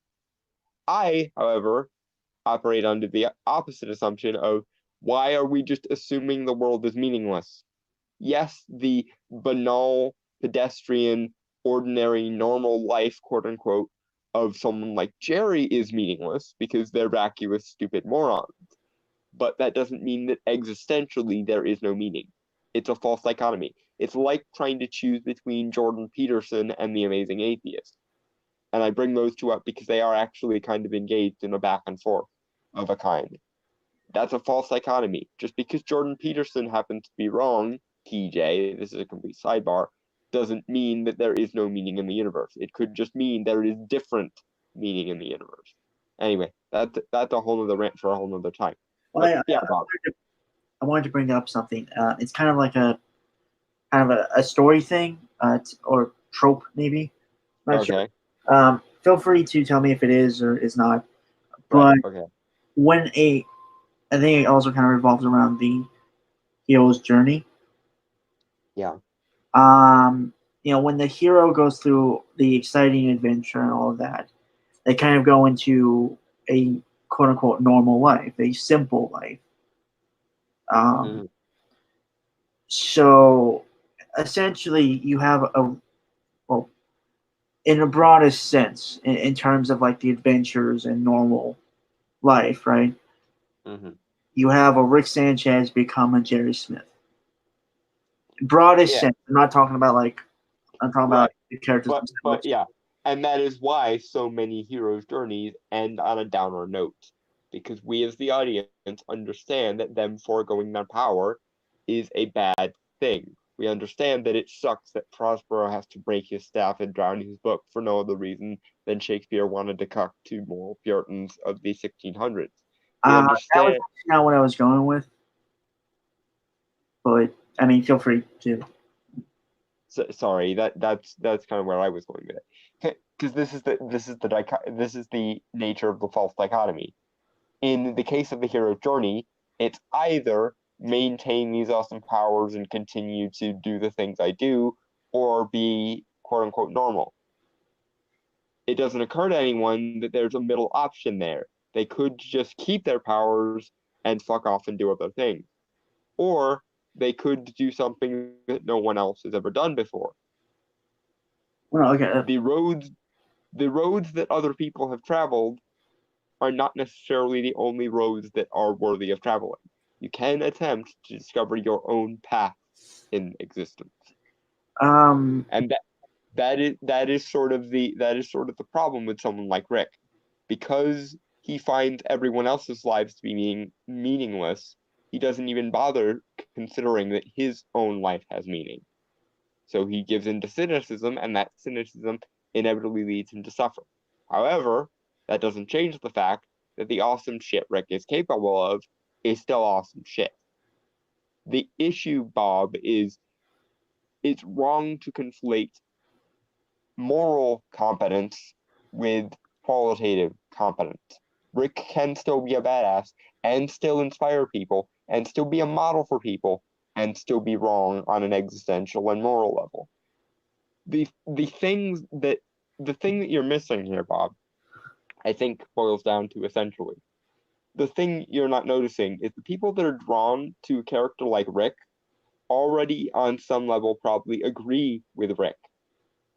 But that's not because they are stupid or amoral fuckwits. It's because life has beat them down, and so they want to essentially find someone who can parrot their own opinions back at them. They want to find someone who they can relate to, who they can project themselves onto. They want to believe that even their cynicism is worth something. That's essentially where this is coming from. And the thing about human characters like Rick or like Sherlock Holmes or like House or John Constantine is the fact that they can manage to do the things they do, even in spite of the terrible shit that they have as a result, is another part of what makes them awesome. Because people understand that human beings are flawed or characters are flawed.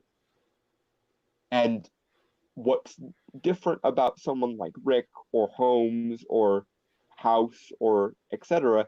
is in a lot of ways their ability to do the things they do and still be a flawed human being makes them even more awesome. To put another way, Bob, who is more awesome? A blank Mary Sue who never has to deal with any problems ever and can do everything because she's so exquisitely moral and exquisitely awesome? Or a person who can do awesome things but still has to deal with the baggage of being a functional human being in a rather cynical universe? You understand how it's more impressive for a character who has to deal with some shit still being able to do the awesome shit he does. A burdened character is always going to be more compelling than a character who floats through life having never done anything wrong and never getting anything wrong. It's, in a lot of ways, the depressive nature of Rick just makes him more awesome, because it means that even in spite of his extraordinary intelligence, he can still relate to the nature of depressing, occasionally cynical human existence. Mm-hmm. I.e., if you can run a marathon with weights with weights shackled to your ankles, and you still win, that's a hell of a lot more impressive than someone who can speed through unencumbered with absolutely no weights tied to their ankles. It becomes more impressive in contrast when the people who can do the awesome shit they do still have to deal with personal baggage. Because their personal baggage becomes another obstacle for them to fight. Moving on.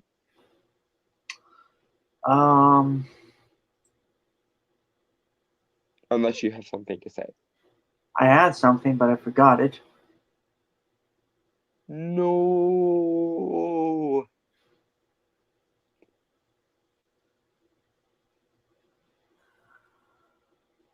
No, I think I was just gonna try and make a joke with, because I feel like you were talking about, and it also could have been that I wasn't paying attention because I was checking my phone because I got notifications. If you couldn't tell by the noise. Yeah. But when you were talking about Mary Sue, the trope of the Mary Sue and stuff, I figured you were talking about Ray. She was what came to my mind, yes, I'm not gonna lie.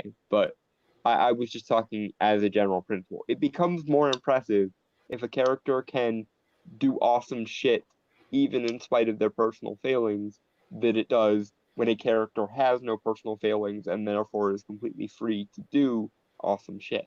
I.e., if you only allow characters who are morally perfect to do awesome shit, they become less relatable than characters who still have things weighing them down and things that are making them flawed and still can be existentially wrong and still manage to do awesome shit.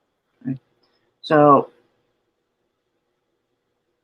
I think it's a good. Well, one thing I do appreciate that the guy actually brought up this episode because it was like one of my kind of favorite episodes, even though. And I did talk about this last Sunday a while. I did just on the fact that it gave me the story idea of a superhero who lost their child inside of them. You know, the Vindicators episode. Mm-hmm. That's pretty much the only reason why I like that episode. Yeah, and I hate Vindicators 3. I find it to be possibly the weakest episode of the entire series, specifically because Rick spends 90% of the episode doing nothing but parodying the same surface level bullshit criticism of the MCU every cynical troll on the internet ever does. Mm-hmm. Well, like I said, overall I don't like the episode too, probably for the same reasons you don't, but also just because I find it kind of boring, and also I feel like if you're going to satirize the MCU, do it in a way that 1,000 other people haven't tried and failed to 1,000 times. Although part of me does wonder if Justin Roiland gave Rick those cynical bullet points of dialogue against the Vindicators specifically to mock people who find the Vindicators or the Avengers banal and cynical in all those ways. Was he mocking the MCU, or was he mocking the people who mock the MCU for stupid reasons? You know, it's actually funny. I'm not sure if you know the YouTuber Bandit Incorporated. I've heard of him. Why? Oh no, he did a funny video that there's about how DC could kind of riff on Marvel, like kind of in universe of DC movies. There's this superhero cinematic universe called something, but it was just riffing on Marvel, basically what they've done in the comics in the past. It's funny. I will probably send it to you later because I think you might enjoy it. When we're done here, yeah. I think you would enjoy it though. It's yeah. But yeah, like I said, only thing I liked about the episode Vindicators 3: Return of the World Ender was because it gave me the story idea of of a superhero or superheroine having a child that dies inside them, and what kind of stories you could tell with that kind of thing. Mhm. And I'm more surprised that they haven't done that in comics, like not even in the edgy '90s. Not to my knowledge, anyway.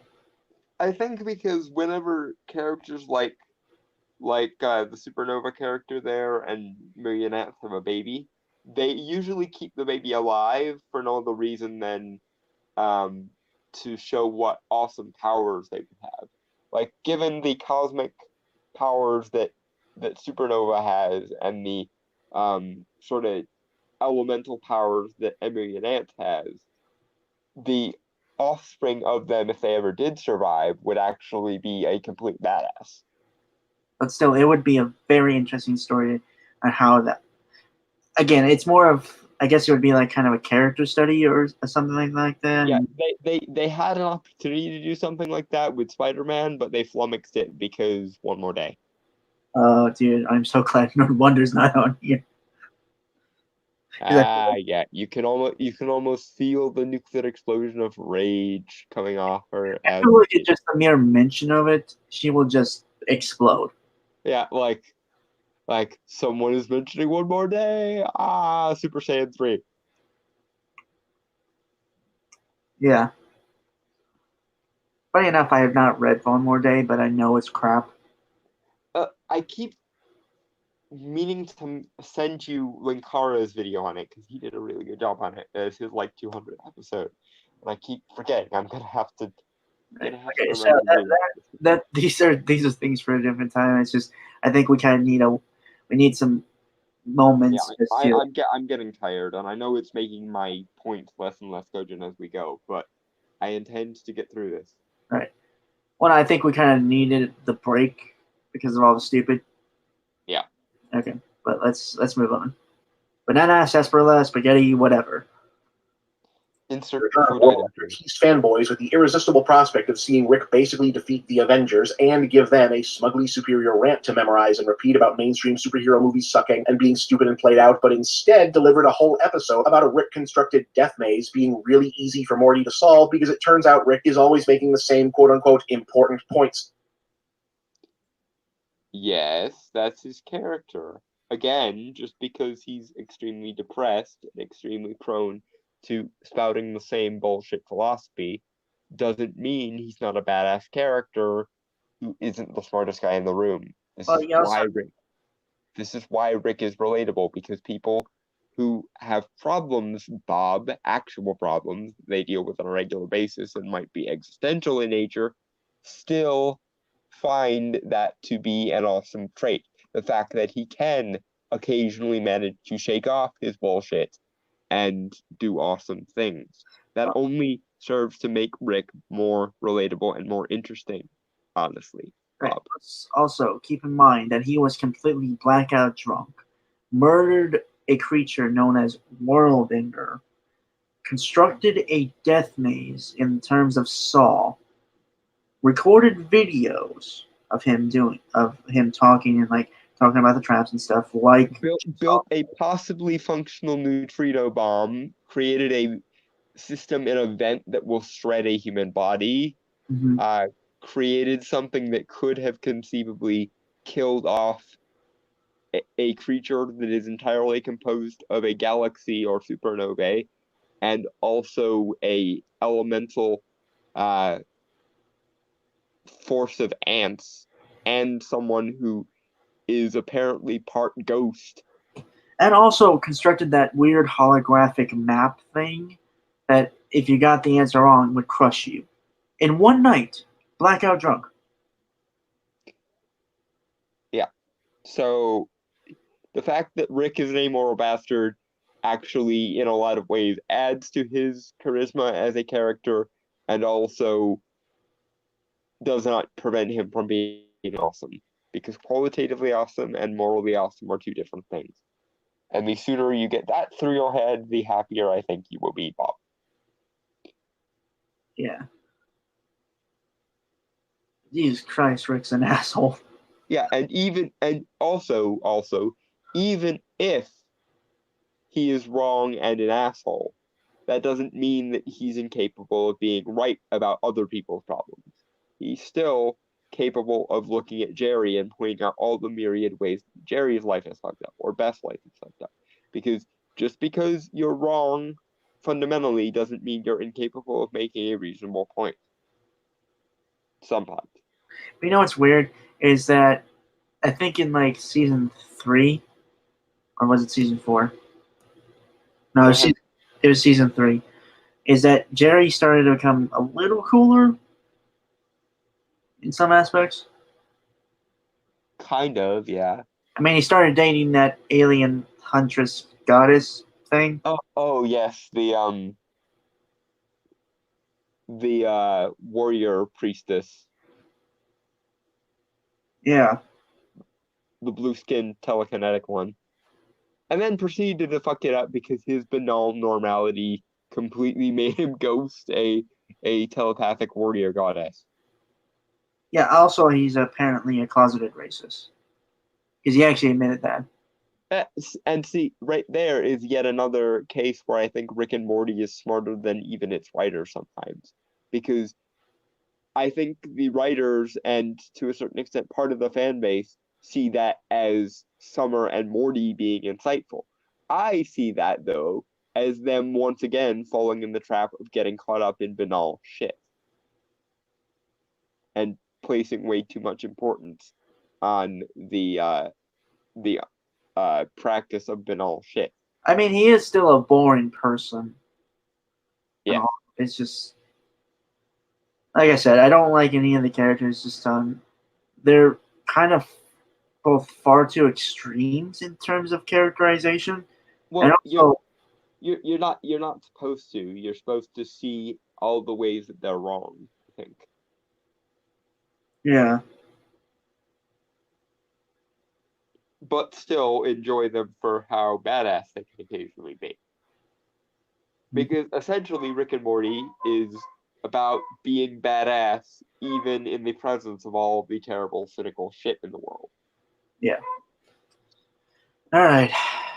Banana, sarsaparilla, spaghetti, root beer, whatever. Insert food item here. To him with his puzzles, grousing about the same tedious hang-ups as any other boring old guy. What the hell is Israel? It's just something Rick starts talking about when he's blackout drunk. What? In what way? Like, what's my point? And half the time the traps don't even work because he's too drunk. It's a 40% chance it's a dot, but you should still stay back. 40, how many of these? How many? He can still make them though, Bob. That is the thing. A drunk beyond his reckoning Rick can still make an even possibly functional neutrino bomb. Your argument makes no sense, Bob, because again, you're conflating moral awesomeness with qualitative awesomeness, and you're failing to see how humanitarian flaws actually sometimes make a character more badass, not less. Because in the case of a character who is both flawed and awesome, they have to fight against their own nature to be awesome, as well as whatever external things they have to fight. I wonder if he's going to bring up the evil Morty at some point. No, he does not. Shame. I mean, like, obviously, evil Morty is kind of speculative at this point. It's just... Yeah, we don't really have anything of him to go by, so it's kind of futile, but still. Though I do, again, I subscribe to the theory that he was originally, that the Rick Sanchez we've seen, that he was the original Morty. Yeah, and that our Morty that we followed from the beginning of the show is actually his second Morty. Yeah, because I mean, there's been evidence, obviously, and a few other things like, you know, when searching through Rick's memories, you know, the Rick is Rick or something like that. I can't remember what that episode was called.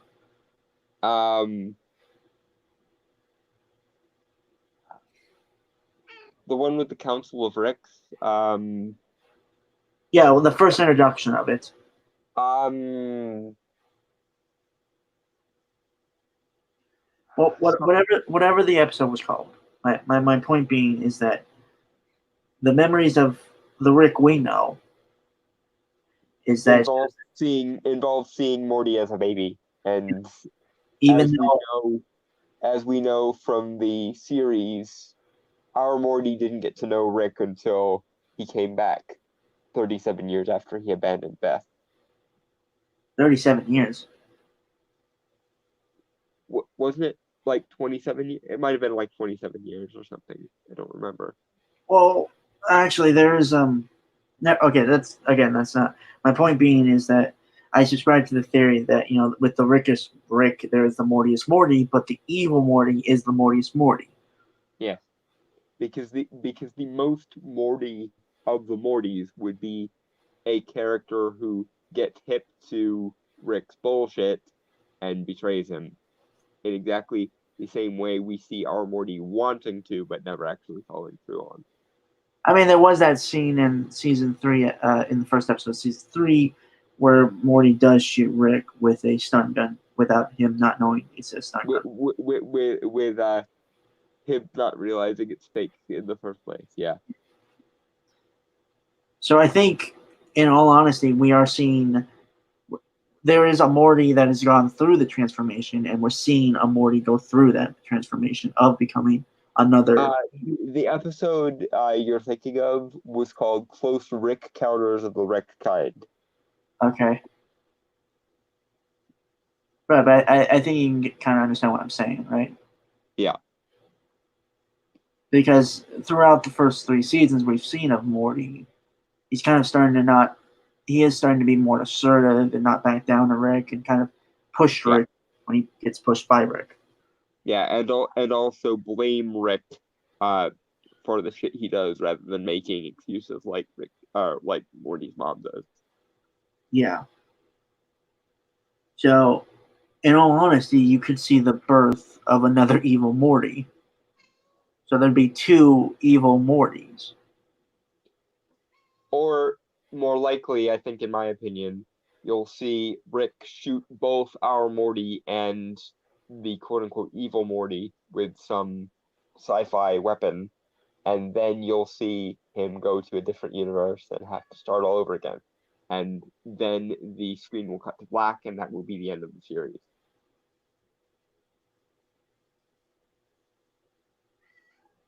Because if they want to lead into the nothing matters and Rick is doomed to be miserable plot, then that's how they'll have to do it. Sorry, my cat's whining. I don't think your cat likes that idea of an ending. Apparently not. What, Isis? Are you okay?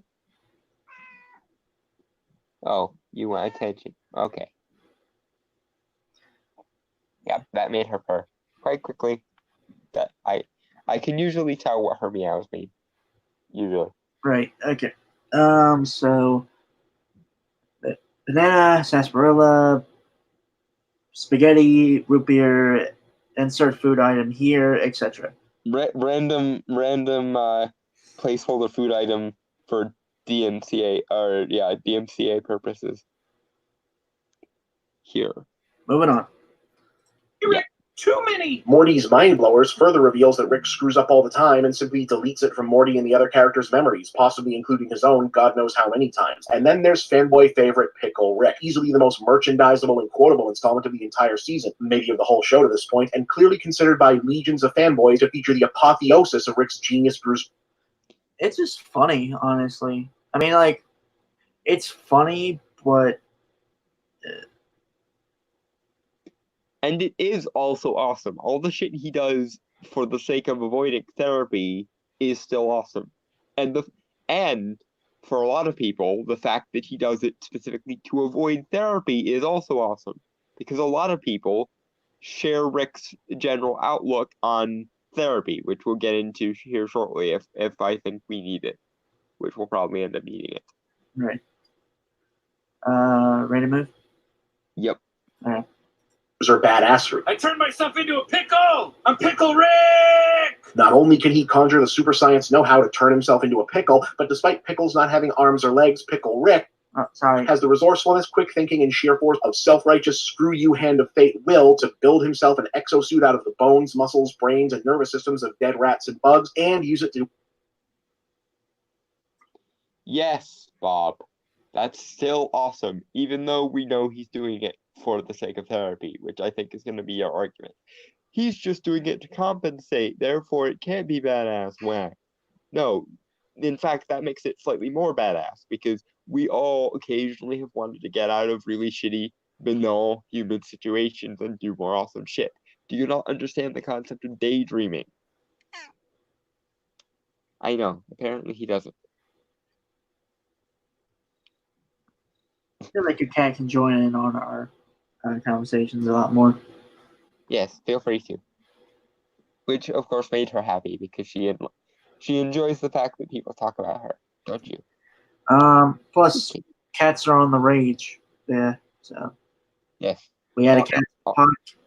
Yeah, also the internet loves cats, so yay, cats. Maybe I should just start putting cats in the, not description, but title. The streams.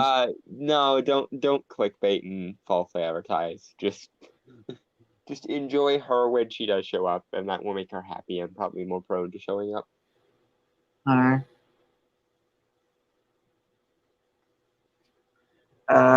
Anything else to add? Or banana? Just banana.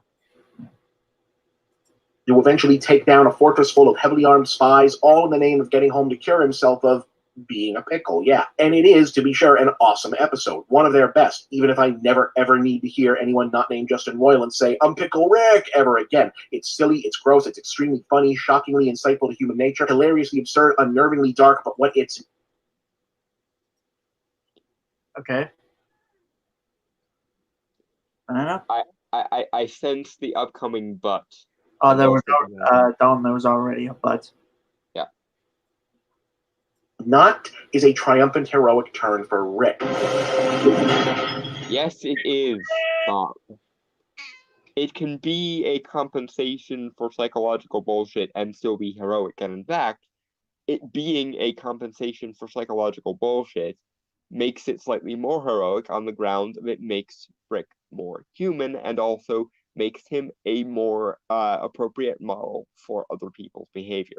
I.e., if you, like Rick, really, really hate therapy, this is basically your wish fulfillment fantasy of wanting to avoid therapy using essentially "fuck you, I'm Pickle Rick" as the means to do so. It's essentially, I wish I could embrace myself and be as awesome as Rick, even while having all the fucked up aspects I have. In the same way as Quentin Coldwater is a much more relatable character than Harry Potter. They're both essentially magic user characters, but Quentin is a lot more interesting because for him, magic is essentially the way out of his banal, meaningless, depressive existence. It's his sign of freedom. And for Rick, trying to compensate for his problem bit by turning himself into a pickle and being a badass while in pickle form is what offers him freedom. That doesn't change the fact that he's free. It just means that his freedom actually has a context and consequences. Yep.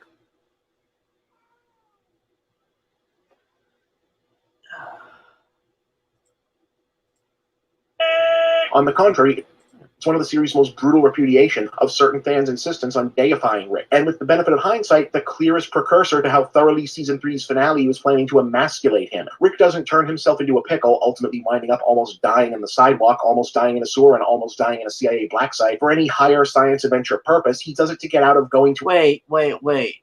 It wasn't a CIA black site. It was like some type of embassy. Possibly both. I'm thinking might be. The thing is that the people working there had accents. They weren't CIA because CIA are Americans and all. Mm-hmm. Although that might have been a parody of action movies with foreign agents and whatnot in it. Well, So whatever is that he is wrong on that sense, and well, he might be right because they might just be parodying something else and they used foreign accents to do it. But either way, Bob, no one said he was doing it for some higher sci-fi adventure purpose. What makes it even more awesome, Bob, is that he's doing it for exactly the reasons he is doing it. Because a hero with flaws that you can relate to is usually more compelling than a character with no flaws. Because it's impressive to people who are very much stuck in the confines of their humanity to have a character who can escape humanity. That's also why Rick is an amoral asshole and why people think that is awesome. Because one of the systems that people find to be unnecessarily restrictive and unnecessarily constraining can occasionally be morality.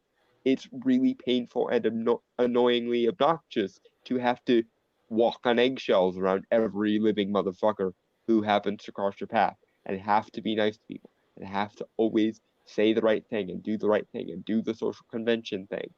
It's much more freeing to just say, fuck it, I'm better than this, I got this, I can do this without cucking to your moral standards.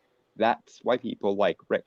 Not in spite of his flaws, but because they are also keenly aware of them. Are there people who aren't keenly aware of them and are as banal and surface level interpretive as you and haven't realized that Rick has those flaws? Sure, there are. But there's also moralistic fucks like you who need to see everything in terms of some cultural impact instead of just liking a character because they're awesome. Flaws and inconsistencies be damned. right. And even sometimes those flaws and inconsistencies are what add to a character. It's not a repudiation, it's just a complexification, more or less. Sorry. Also, it doesn't emasculate him. It just calls him out on his bullshit. That doesn't count as emasculating. And to what extent it does count as emasculating, yeah, that is kind of bullshit. That's why a lot of people really dislike the downward ending of season 3. Not because they want to see Rick as some unstoppable badass, but because it goes against his characterization, as I just outlined. One of Rick's defining characteristics is, even in spite of all of his crazy bullshit, he can still manage to come out on top. Not to mention, there's going to be another season, and that next season is going to probably follow Rick as he tries to get his groove back, essentially. Mhm. What you've essentially described is a downer ending, as though it's not a downer ending. And not only are you wrong just on a philosophical level, but you're wrong in terms of narrative flow. It needed to resolve on a downer ending so that Rick can then build himself back up. In the same way that when he turned himself into a pickle, he needed to turn himself into not a pickle. Because being a pickle was very, very destructive to him, you see. Yeah. To an hour of family therapy. That's it. And not only is I'd rather go to an absurd length that puts me in mortal danger and forces me to crawl through shit and build a suit out of rat guts with my teeth than talk about my feelings about as pure a condemnation of toxic masculinity as you could ask for, it doesn't even work. He fails. Pickle Rick fails completely. He ultimately still has to go to therapy. Oh. I feel like there was a lot of face palms. Okay, Bob. I don't care if you or the writers wanted it to be a condemnation of toxic masculinity. I don't fucking care. Because you are missing one of the points of that scene. I don't know how it went the fuck over your head, as it was pretty much directly spelled out to you. But Rick is not avoiding therapy specifically, or rather exclusively, because he doesn't want to be called on his bullshit. That is a reason. Because when you're the most badass motherfucker in the room, you start to believe that you shouldn't have to be called on your own bullshit. In other words, you believe your own hype. And yes, Rick does do that from time to time. But that also makes him a relatable, interesting character, and also makes him a role model to some people. Because some people understand the principle of if you're good at things, they can't ignore you. Vis-a-vis my house clip from earlier. It doesn't matter how awful you are if they still need you. You can still be an amoral fuck, and they will still come searching for you. Another great example of this, Rumpelstiltskin from Once Upon a Time. When in the pilot of Once Upon a Time, Bob, when the curse is cast and everything is going to shit, who do Snow White and Prince Charming go to? Do they go to the Blue Fairy, who is arguably just as powerful and knowledgeable as Rumple, and therefore would be a more reasonable choice to help them with all the shit they have to do? No, they don't. Why? Because the Blue Fairy is also extremely incompetent and unreliable. Despite knowing that they don't want to go to him, despite knowing that he's untrustworthy, and despite knowing that they would choose any other option if they could, they still end up going to Rumple, because Rumple is the one holding all the cards, and there is appeal to that. When you're right, or when you are the most youthful, or the smartest, or the strongest person in the room, nothing else matters. If you can make them need you, nothing else matters. That's why Rick does what he does, in the same way as that's why House does what he does. And I would imagine, if you asked Sir Arthur Conan Doyle, he would say that's also a large reason why Holmes does what he does. Because in order to fill the void of his existence, he attempts to be fucking awesome, and he succeeds at doing it. That is a worthwhile role model for anyone ever. Morality be damned. I feel like we should have a drinking game when you talk about Once Upon a Time. I'm sorry, but that shows mistakes and successes make it applicable to almost everything. Right. So just for the record, Dalton, I am set on helping you, and we're going to make this a thing on the channel some point in the future, but we are going to essentially rewrite the whole series. Oh boy, this is going to be fun. Although I do have some ideas. I've had some ideas about how you could improve that show for about as long as Dalton, and by rewrite, I mean we are basically creating a new foundation and building it up. Yeah, which makes total sense. Yeah. But anyway, as it happens, Bob, you're also ignoring the actual reasons Rick gives for why he doesn't want to go to therapy. And in a lot of cases, those reasons are very similar to the reasons a lot of other people don't want to go to therapy.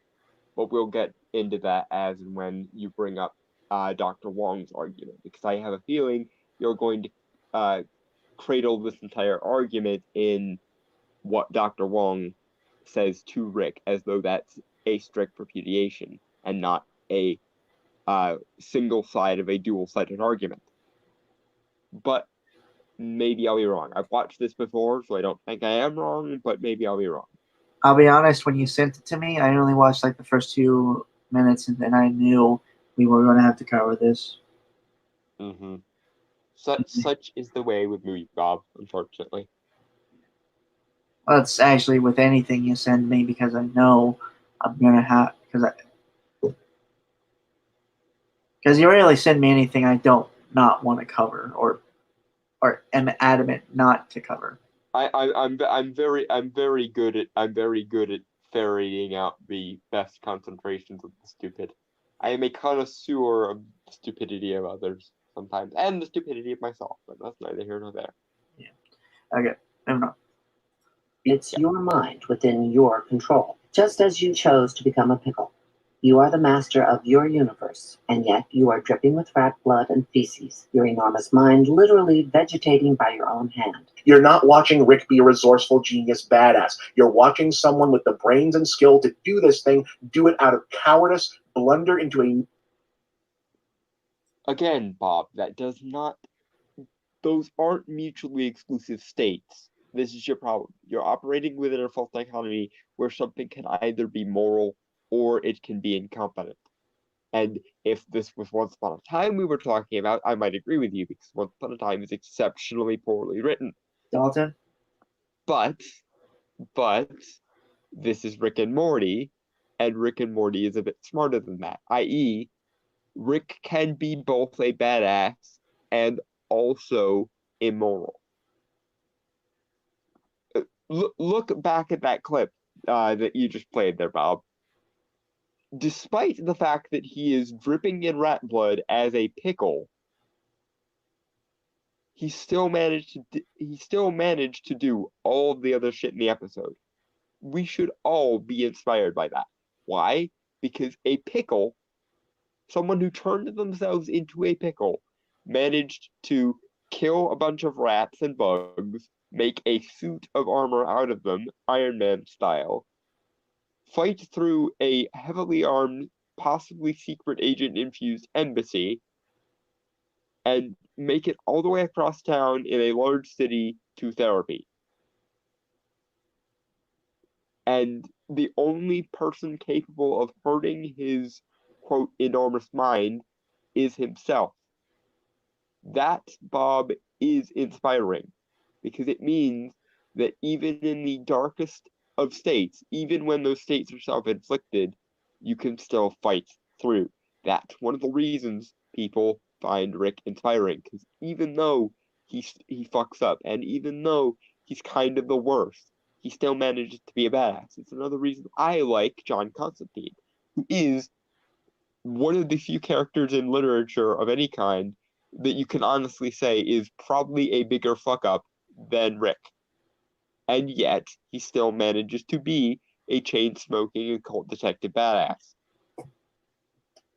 And while I find characters like Doctor Strange to be more inspirational than John Constantine, I certainly find John Constantine to be one of my favorite characters because he has that duality of being both a badass and the world's greatest fuck up. But as it happens, Bob, you did cut out Rick's actual reason for avoiding therapy, his actual intellectually honest, non-personal reason for avoiding therapy. And that's a reason that a lot of people who avoid going to therapy actually share. But we'll get into that after you've said your piece here. I don't want to get sidetracked too long before we get to the end of this. But just bear in mind that aside from the ad hominem, this character is immoral and therefore they can't be badass argument you're making, Rick does actually have a self-serving but ultimately intellectually honest argument for why he wanted to avoid therapy that doesn't involve my fifis. Okay. But near-death situation and waste his skills and talents barely getting out of it alive so he can go crawling back to the thing he ran away from in the first place. You're watching a miniature epic of pathetic, petty, stubborn failure. Ironically, Rick and Morty's most irritating fan quotes are absolutely right that it's one of the smartest shows on TV, and that's why a lot of audiences don't get it. They're just also wrong that they're the ones that do. And very ironically indeed, Bob, you are wrong that you get it, because you still buy into this false dichotomy where things are either badass or they're moral. You're just on the other side of it. People that idolize Rick in the way that you're describing, because they do exist, I'm not going to deny that they don't exist, I'm just going to admit that they're probably a smaller proportion of the fan base than you think they are. The people that you're talking about think that Rick can't be immoral because he is so badass.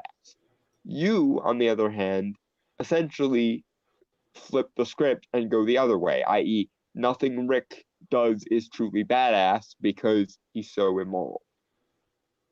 And I would disagree with both of you. His incompetence and his immorality do not impede his badassery, and in fact, in a lot of ways, they highlight and underscore it, because it's a lot more impressive for someone to run the 100-meter dash when they have 1,000-pound weights tied to their ankles than it is if they're totally weightless in a vacuum chamber simulating zero gravity. See. And this even goes further because it is just possible, Bob, that Rick and Morty isn't trying to make a moral point. It's trying to make an existential one. But you can't tell the difference between the morality of humans and sentient beings and the nature of existence itself. That is why you, Bob, very ironically indeed, don't understand Rick and Morty. Because you are conflating existence and morality.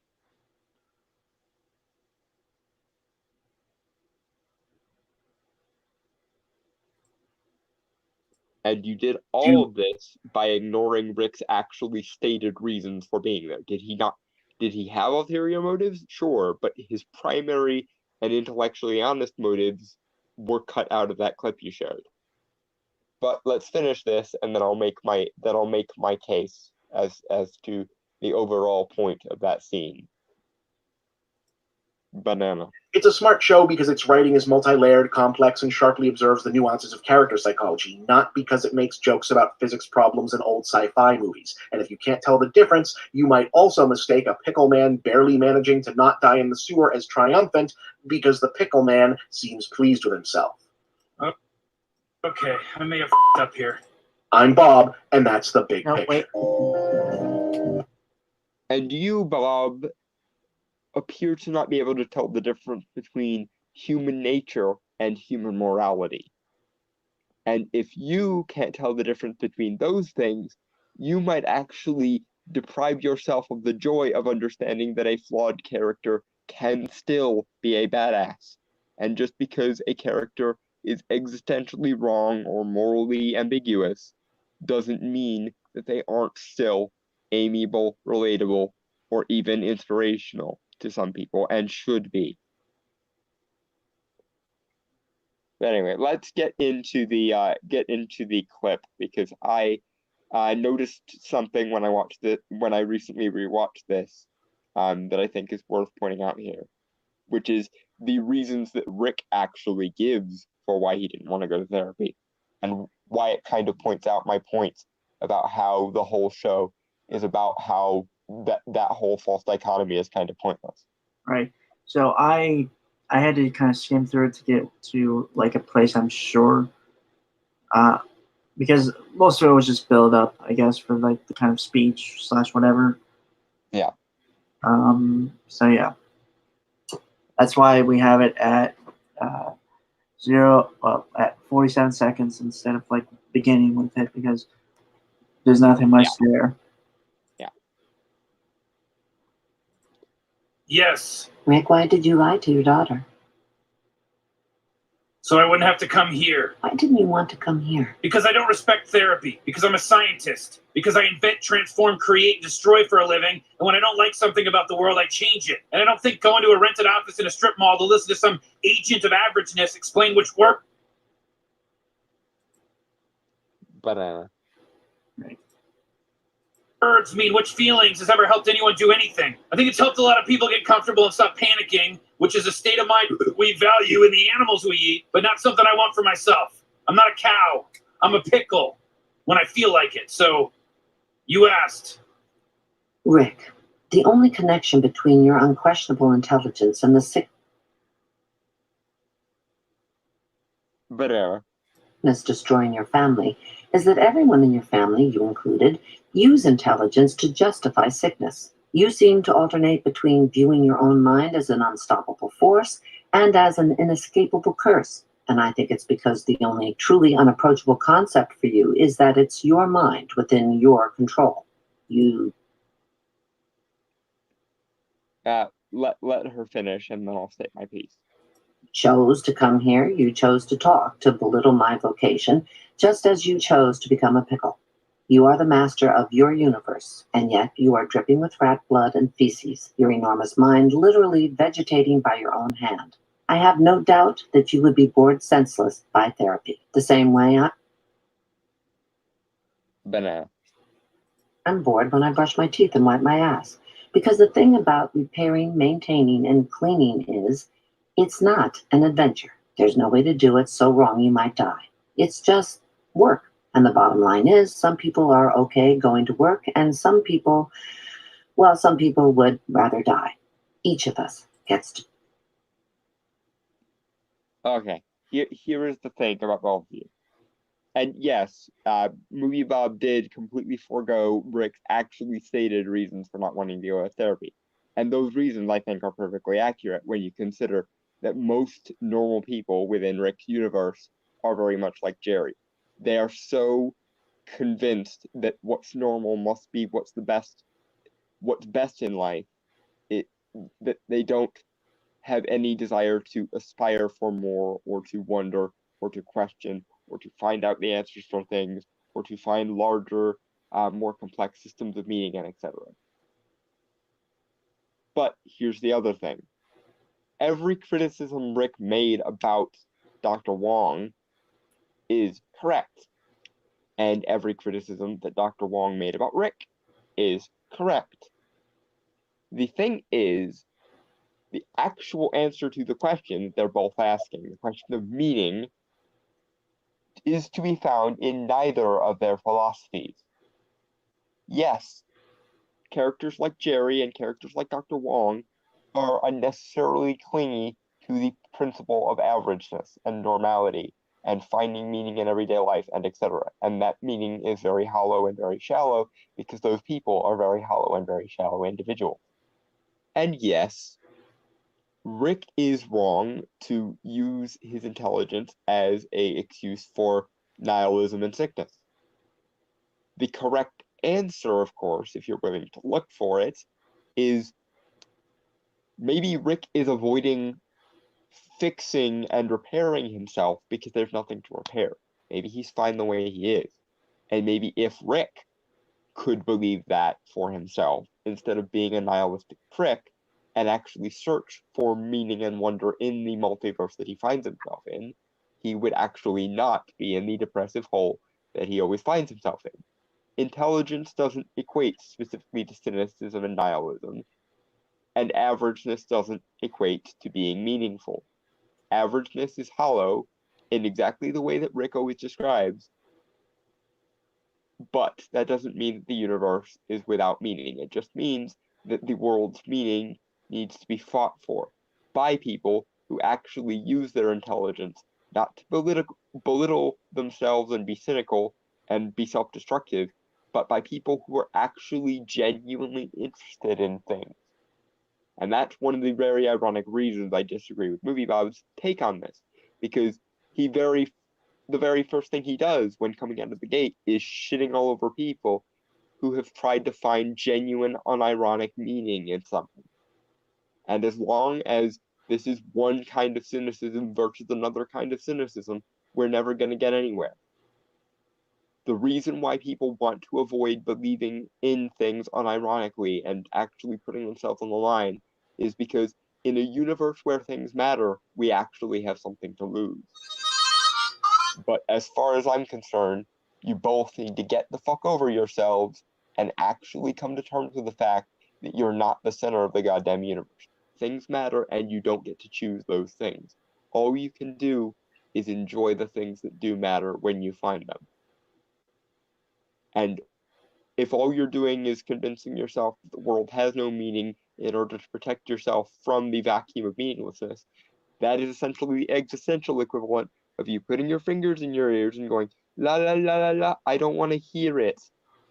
And that's just as childish as someone who is willing to find meaning in whatever they're told to find meaning in. Instead of finding no meaning in the universe or finding meaning in all the banal worst aspects of the universe, somebody somewhere should actually give a rational, inclusive, inquisitive look at the universe and find there is meaning objectively to be found. It's just not on the human scale because humans are kind of fuck ups. And that is my closing piece. Yep, I got nothing to say to that, Dalton. You pretty much covered it all. I think you had more to say about this piece than I did. Yeah, because I actually, one of my